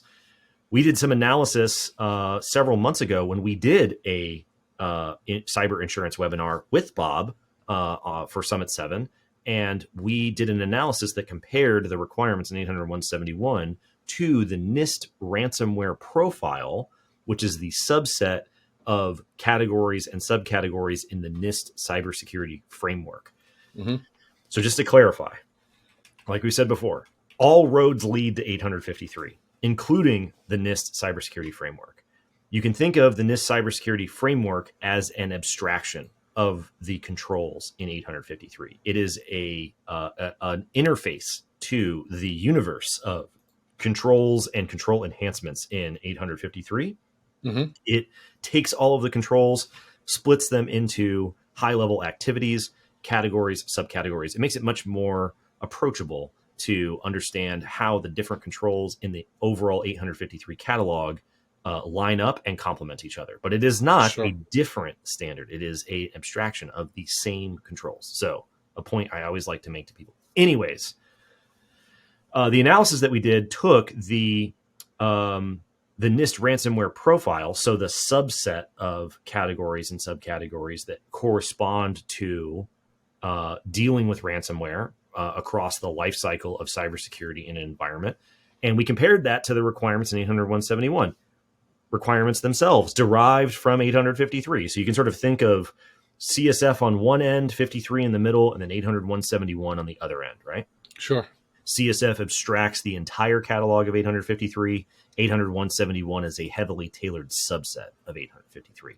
So through the transitive property of 853, you can have a subset of the CSF that corresponds to 800-171. NIST even has this on the 800-171 page. And through the analysis, 64% of the stuff listed in the NIST ransomware CSF profile is covered by the requirements in 800-171. Most of the gaps are NFO controls, right?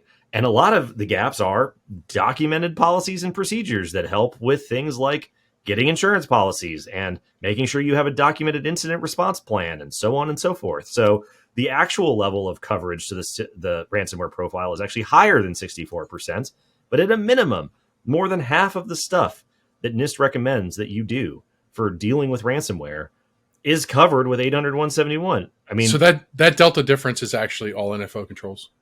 Yeah, I mean, this reminds me of a previous episode when we talked about one of the joint security alerts that came out, and you had gone back and looked through all the joint security alerts that had been issued since DFARS 7012 came out and said that the requirements in 800-171 covered almost all of the recommendations and mitigations for all of the joint security alerts that come out of the U.S. government.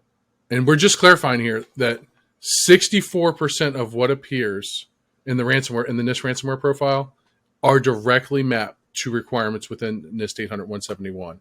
The other 30% or 36% that remain can be found in Appendix C of NIST 800-171. So, I mean, that implies that 800-171 Rev 3, if they tailor some of those NFOs out of the appendix and into the standard, the coverage of Rev 3 would be even higher than the sort of explicit coverage would be even higher against the ransomware profile. So, sure. Much like Zero Trust is not at odds with 800-171, ransomware protections are not at odds with the requirements in 800-171. Joint security alerts that have come out for large compromises and malicious campaigns going on in the world, not at odds with the fundamental requirements in 800-171. I mean, at this point, I think we can see the pattern emerging here. So correct. It was an interesting point that got brought up in Bob's session, and we'll link back to that webinar and that analysis as well. And so what differentiates these requirements from the cybersecurity advisories, from the ransomware risk management framework and things like that, or risk management profile and things like that? What differentiates that from CMMC is what? CMMC is focused strictly on the scope of your environment as it pertains to where CUI data flows, right? Or FCI data flows. Right. The difference is that these recommendations are holistic recommendations saying your whole infrastructure, no matter what. So realistically, the cost saving measures comes in the CMMC assessment, right? Because you can limit the scope of your profile. You can isolate the data and systems like that. One of the overall assumptions is that you have thought about this for your whole enterprise or your whole organization. CMMC is just assessing within the context of the government wants assurances over about where their data is flowing, which is in the larger context of your business or your enterprise. And so the scope and the assessment is just focused around the data flow, right? That assessment boundary. But for overall ransomware protections in general, right, you wouldn't want to just artificially carve out like this one area of your network and then just leave the rest completely, for sure, untreated.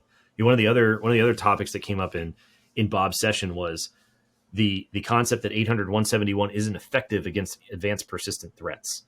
And this is okay. So this came up in a conversation on LinkedIn as well. And that's true. 800.171 is not designed to fight off advanced persistent threats. Now, there's a lot of overlap in the sense that a lot of basic fundamentals make advanced persistent threats it makes their lives a lot harder, right? Correct. I mean, there's always going to be some universal fundamentals, but nobody would make the case that this is going to help mitigate the advanced persistent threat, because the definition of the advanced persistent threat is eventually they get past the fundamentals. So the reason 800.172 exists as an enhancement to 800.171 is to deal with mitigating the advanced persistent threat when that's relevant, which is what CMMC level 3 corresponds to. Now, within 853 specifically, NIST even explains this. They say that within the overall catalog of 853, there are 3 baselines: low, moderate, and high. Mm-hmm. Those baselines don't include all of the controls in the overall catalog. They are a subset of controls. And the assumptions behind those subsets are many, but one of the key assumptions is that the moderate, low, and high baselines are not designed to fend off APTs. If you are in a situation where you need to deal with legitimate advanced persistent threats, the rest of the catalog is supposed to be tailored into your baseline to augment that risk and treat that situation. So you start with the baselines and then you supplement. We started with the moderate baseline and tailored it down to 171. And then we have supplemented it with 800.172. So 800.172 and 800.171 are, like I said, derived from 853. They represent exactly this process. So it is true that 800.171 isn't effective against APTs. It is true that the 853 moderate baseline, 262 controls, the high baseline, who knows how many controls, not designed to be out of the box effective against APTs. There has to be supplementation. That's the entire reason why 800.172 exists. So not that Bob was making this as an argument against the validity of 800.171, but it is a common thing that comes up in conversation where people go, well, 171 isn't doing enough against the advanced persistent threat. That's why you have to supplement it. It wouldn't be any different if you had started with the full blown 853. Like, you have to go through that supplementing and tailoring process. So it's just a quick detail for people to keep in mind. 171 and 172, that's why they have evolved the way they have evolved. It's right in line with the normal way that 853 baseline selection and control supplementing would normally work. Yeah, I think that the layout of 172, like you had mentioned, it's specifically designed to combat against APTs, right? And it actually has an appendix within it, and it's Appendix D, right?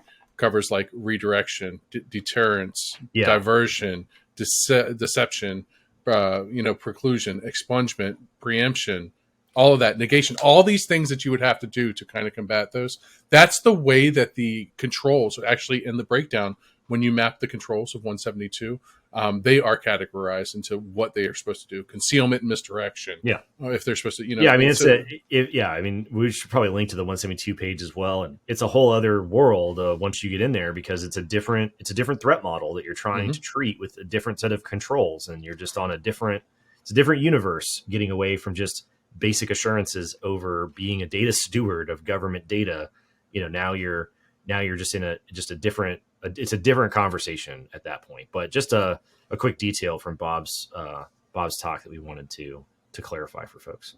Yep. So the adversary effects that are listed in 172: deter, divert, and deceive in support of redirection; negate, preempt, and expunge in support of preclusion; contain, degrade, delay, and exert in support of impediment; shorten and reduce in support of limitation; and detect, reveal, and scrutinize in support of exposing. So for people listening or watching, all of those things mean money. 172 and CMMC level 3, very expensive, very, very expensive. So when people say 171 doesn't fight APTs, if you're in a situation where that is on your threat model, it's not cheap. So just keep that in mind. Agree. All right.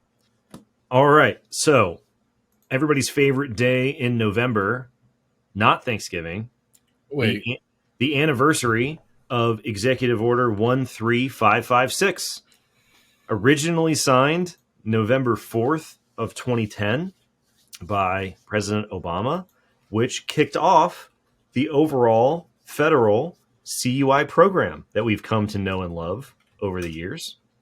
This is the executive order that appointed the National Archives and Records Administration, NARA, as the executive agent in charge of the overall federal CUI program. They are the ones that eventually analyzed and synthesized all of the various authorities that govern the protection of unclassified information and collected it into what we now call the CUI registry. NARA are the ones that created the rule that was issued in 2016, 32 CFR 2002, that outlines all of the structure of the federal-wide CUI program. And so a lot of the things that are now issues with CMMC, like 800-171 being the set of minimum requirements, stem directly from that rule in 2016, which implements the guidance in Executive Order 13556. So it's always very interesting to go back in November and revisit the executive order and remember that it happened, in 2010. And still to this day, we are slowly, very slowly, but somewhat surely marching towards the full implementation of the guidance that we had 12 years ago, which is significant. So it's interesting. We'll link to the rule in 2016, not to the text of the rule in the Code of Federal Regulations, but to the explanation of the rule in the Federal Register. It's much more illuminating. If nothing else, just read the introduction section to the rule. It explains the philosophy of the federal government in pretty clear wording about how the overall philosophy of the government is that the value of their unclassified data that needs to be protected does not decrease depending on the size of the organization that stores, processes, transmits, handles that information. And that is the driving policy position that causes things like the CMMC program to feel so unforgiving to small businesses, because the overall federal-wide CUI program does not make concessions for the minimum protections of data for smaller and smaller organizations. So on a relative basis, it becomes more and more expensive and more burdensome because you have fewer resources and you have, just not as much time and money and expertise and influence and things to deal with something like that. So going all the way back to 2010, you can sort of trace that line forward. And the executive order is not without its critics and sort of back and forth debate within the federal government. So in 2020, famously, the then Director of National Intelligence issued a memo which got out to the public that was encouraging the Trump administration to rescind Executive Order 13556 and just go back to using FOUO for everything, which a lot of people say this a lot. They say, well, we should just use FOUO. And while that might seem like it's a simpler issue because you don't have to deal with CUI markings, it doesn't actually fix the problem of overmarking. It's just a different marking, right? So for the flow of data into the supply chain, companies are still going to get overwhelmed with FOUO marked data rather than just simply CUI marked data. So a lot of times that isn't as much of a change as people imagine it could be, right? INSA, which is a industry group for the intelligence community in 2021, issued this report that just sort of went through and listed all of their issues with the executive order. NARA issued a response. I mean, there's just this like food fight back and forth. Yeah. In these federal agencies. They're quite interesting to read, honestly, about the different philosophies. What is not at debate, though, is this general philosophy that minimum requirements maintain their minimums regardless of the size of the organization that the data flows to. Most of this debate back and forth between these federal agencies and entities has to deal with making their lives easier, not necessarily making the lives easier of some far off company in one agency's sub-tier supply chain. So it's just something to keep in mind as you read through them. It's very interesting to watch, but they aren't necessarily having this debate because they're concerned about small businesses. They're mostly having this debate because they're concerned about themselves. And then most recently, the National Security Council formed a interagency policy committee, which is reviewing both the executive order over controlled unclassified information and classified information. So that review and process and their recommendations for changes to the executive orders for CUI and classified information should be out probably summer of 2023. So it'll be very interesting to see what their recommendations are for revising the executive orders as far as it comes up. So in preparation for this, obviously, I just did a revisit of the 12-year-old 13556, right? 12 years remembering a document, it's a little tough. We know what's included in it, what it establishes, what's it supposed to be, right? One of the things that stood out to me the most, right? There's one line within this document. If there is a significant doubt about whether information should be designated as CUI, it shall not be designated. Now, my question to you, let's go on a journey here. In 12 years since 13556, do you think that people are looking at documents and they're like, you know what? I'm not sure that this is CUI. We're just going to pass you off. You go in the unprotected pile or the less protected pile. They have a framed copy of the executive order above their desk and they go, man, I have significant doubt about whether this is CUI, so I shall not mark it as such. No, but what we see is the exact opposite, right? Yeah, everybody's like CUI. The exact opposite behavior is the norm in direct violation of this line in the executive order. I mean, I know that it's in there, right? Right. It's the executive order is not very long. It's like 2 pages. And it says, if you have doubts about the nature of this data, it shall not be marked CUI. And everybody they just throw that out the window and they go, it's all CUI. So even things that appear on publicly posted websites, as you discovered. Oh man. Yeah. So what a segue. So last month, as you know, we were just browsing around, the ac.mil domain. There is a system known as Spot ES, which has a public-facing webpage and then an internal DoD PKI enabled system. Sure. And Spot ES is a system that covers troop movements. It covers DoD logistic movements, supply chain logistics, lots and lots of important information that is obviously quite sensitive, probably not classified, but certainly falls under several CUI authorities.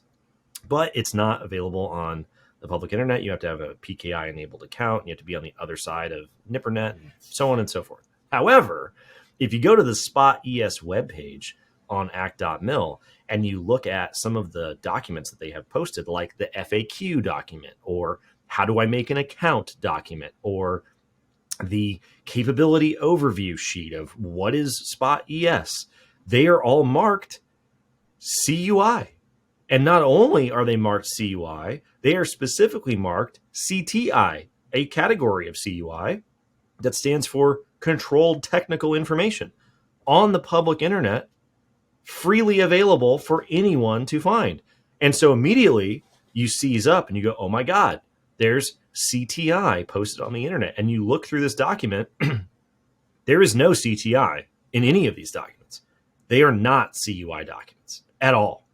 Right? A lot of information in Spot ES on the other side of the wall, absolutely CTI. The information about what is it and how do I make an account and like what phone number do I call, not CTI, but it is still marked as such. It is overmarked. Clear example of overmarked CUI. Should have been significant doubt. Shall not be designated as CUI. So we got a problem. Now, what's funny is in the standard marking box for CUI in the DoD marking system, they have a point of contact with a phone number listed. So I called it. And they answered the phone, like 2 rings and they answered the phone. Very nice person on the other end. I said, hi, hello. Looking at the Spot ES website, there's a bunch of documents on here that are marked as CUI. And their response was, oh, yeah, we mark everything CUI. So if I worked in that office, my Secret Santa gift to everyone would be a frame copy of Just 1355. highlighted. Yeah, Well, so I asked him, I was like, hey, man, CTI can't go on public facing web pages, like by definition. I was like, you mark everything CTI? And there was a very interesting story about the withdrawal from Afghanistan and the leveraging of the Spot ES system and the sudden increase in contractors getting access to the system and the subsequent flow of Spot ES information out of the system by those contractors. And so the DoD was like, whoa, whoa, whoa, whoa, whoa. This is not information that's supposed to be out there. A lot of this is CUI. Problem was they marked everything affiliated with the Spot ES program as CUI, including things that are clearly not CUI posted on the public internet. So I was like, did you do your annual CUI marking training? Because you should really go back and change this. To their credit, they said, thanks for letting us know. That's definitely not CUI. We'll take it for action and get that fixed, which at the time of this recording, I don't even know if it's been fixed yet. But it just goes to show the default behavior of most people, because these are just people, right, who are making these decisions, is not in accordance with the line in executive order that it shall not be designated CUI. The default behavior, as we've seen over and over and over again, is everything is CUI by default. And then it suddenly is the obligation on the contractor or concerned citizen or whoever to reach out and be like, are you sure about this? Because I can't find a single piece of data in here that would correspond to any authority in the CUI registry that would make it CUI. Now, getting back to what we talked about earlier, not CMMC's problem, right? This has nothing to do with the CMMC program itself. Now, the CMMC program is made much more difficult. Like, it frustrates the CMMC program greatly, but this issue that we've gone through here, under the jurisdiction of the PMO office for CMMC. But check it out. We'll give the link to the Spot ES webpage. Hopefully they fixed it before this podcast goes and gets posted. Yeah, it's just crazy that they would just be like, yeah, we're going to go ahead and just mark everything CUI. That we just made that decision, even if it appears on our website. And then when you call, they're like, yeah, man, that's what we do. It's a very same issue that happens in the classified space, where if they don't mark the data CUI, if you don't classify the information, and then the information gets out like it did in the withdrawal from Afghanistan, then there's hell to pay, right? If you overmark it, then not an issue, because you just reverse that decision, right? And then all of a sudden, you erred on the side of caution, which everybody knows you're going to err on the side of caution, but the executive order doesn't say err on the side of caution. But it also says if there is significant doubt, and the way that that's the exact opposite of erring on the side of caution, right? You're erring on the side of caution to not mark things. That's just not how the behavior works in the larger scheme of what's going on. Yeah, but based on the answer that you got, there was absolutely no doubt that it was CUI in their eyes. It's just where they released it to, Well, it wasn't. I mean, they agreed that it wasn't CUI, but their initial reaction was just so honest, where they were like, "Oh, we just marked everything." The program as CUI. Of course, we did it because we kind of got burned for not marking enough stuff CUI. So we'll just high watermark everything, and then if it turns out that it was wrong, then we'll just reverse that decision. Doesn't bode well for the trend that we're seeing, where we went from like CUI is not marked to everything is marked as CUI. So thanks a lot, executive order, for that one line, but I think something got lost in translation there. So sure. Anyways, sort of last big event that came out in November that we wanted to talk about was our favorite thing, GAO reports, right? GAO reports are consistently somewhere in the neighborhood of 70 pages, and they are always very insightful. In a previous episode, we had the GAO report that talked about the National Nuclear Security Administration's revelation that they are very, very interested in the CMMC program for their supply chain. But this GAO report analyzed DoD and Defense Industrial Base incident reporting statistics And there were some very insightful numbers that were included. I recommend everybody read the report because it talks about DoD's incident service providers that they use across the various branches. I, on active duty, worked for Navy Blue Team, which is underneath NCDOC and the overall Navy Blue Team activity out of Virginia. So it was interesting to see them called out. Not the worst ranked incident response provider in the DoD. Happy to say, I'm glad to see they're still doing good work. As a civilian, my first job out of the Navy was working as a watchstander in the SOC for Army cyber, specifically within the PACOM area of responsibility, doing all the network monitoring and incident handling for classified and unclassified networks for Army installations in the Pacific. So also interesting to see them called out. Also not the worst performer. So we're 2 for 2 here. However, the report doesn't just talk about how DoD handles stuff internally. The report talks about some of the not great statistics for the DIB reporting their incidents to the DoD. So obviously the DoD has a lot of room for improvement, but it wasn't like everybody in the industrial base was giving everything the DoD needed and they were fumbling the ball.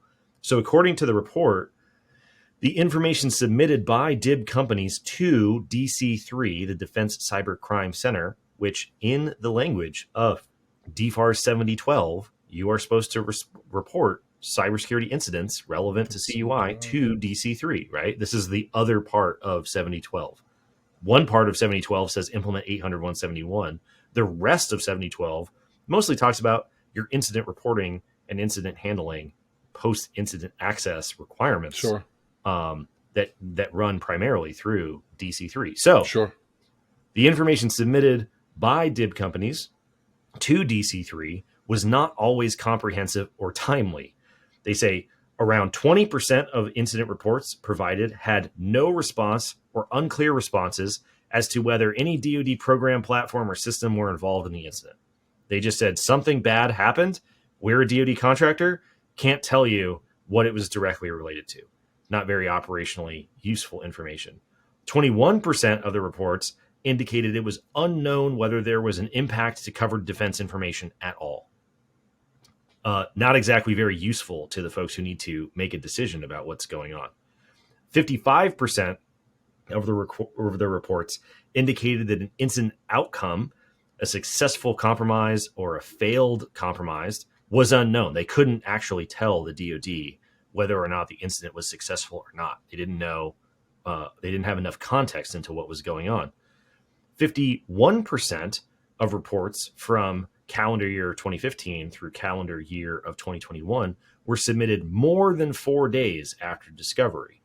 Remember, the requirement in DFARS 7012 is after incident discovery, you have to report within 72 hours, right? Correct. So more than half of the responses they weren't able to do that. They weren't able to meet this 72-hour reporting requirement. And 20% were submitted more than 20 days after discovery. Like the difference between 3 days and 4 days, not nearly as bad. 20 days afterwards is a significant time. Not an incident happened and we didn't discover it for 20 days.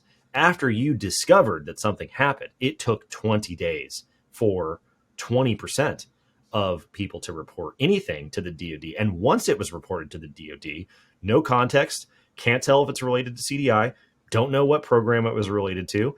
And this gets back to our episode last month where we talked about DIBCAC findings. When people don't have the controls in 800.171 implemented that enable logging and auditing and reporting and activity and traceable activity to individual accounts and processes and people, you are unable to provide useful incident reporting information up to the DoD to know what to do and how to respond and how to help you, right? So they are complementary to each other. And these numbers didn't get as much press as the numbers about the lack of implementation of the controls, but they are the other side of the coin. Probably the most important goal is when an incident happens, that you have the data to know how to respond and how to report to enable the DoD to respond. And it is all built on these underlying requirements that we know that are have very low implementation rates. So in this report, one of the things, you know how I like numbers and graphs and visuals. And one of the things that stood out to me most of all was since the implementation of 7012, or since the requirement of 7012 appearing, that the amount of incidents obviously decreased over time, right? So to the eye, we talked about numbers, how they appear to the eye. It looks like this. But then when you look into it further, right? So to the eye, it looks like that, Everything's great. 7012 came out, people are self-assessing, and we're getting incidents reported, less incidents are happening, XYZ, right?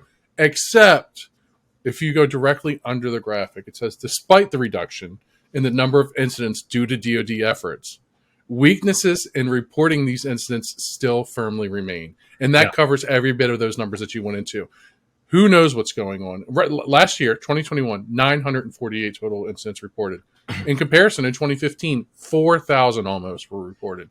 So are less happening? No, because what we've seen, and we'll cover the Microsoft Digital Defense Report maybe later in another episode or down the road. But what we see is that the number of attack attempts increased.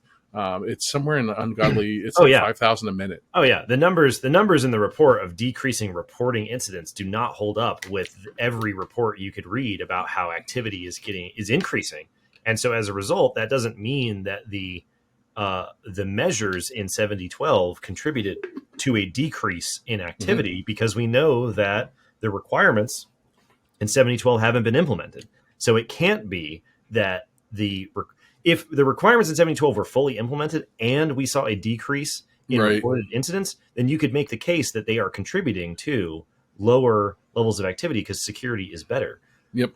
The requirements are not implemented, yet the numbers of reports have gone down. But then when you look at the details of the reporting, it's because people don't have the requirements implemented to have the visibility to know if an incident happened in the first place that would then subsequently need to be reported. So it's a very, very interesting GAO report. Definitely recommend everybody check it out. One of the parts that jumped out to me was DC3 officials, the Defense Cybercrime officials. Great folks. Definitely check out their resources.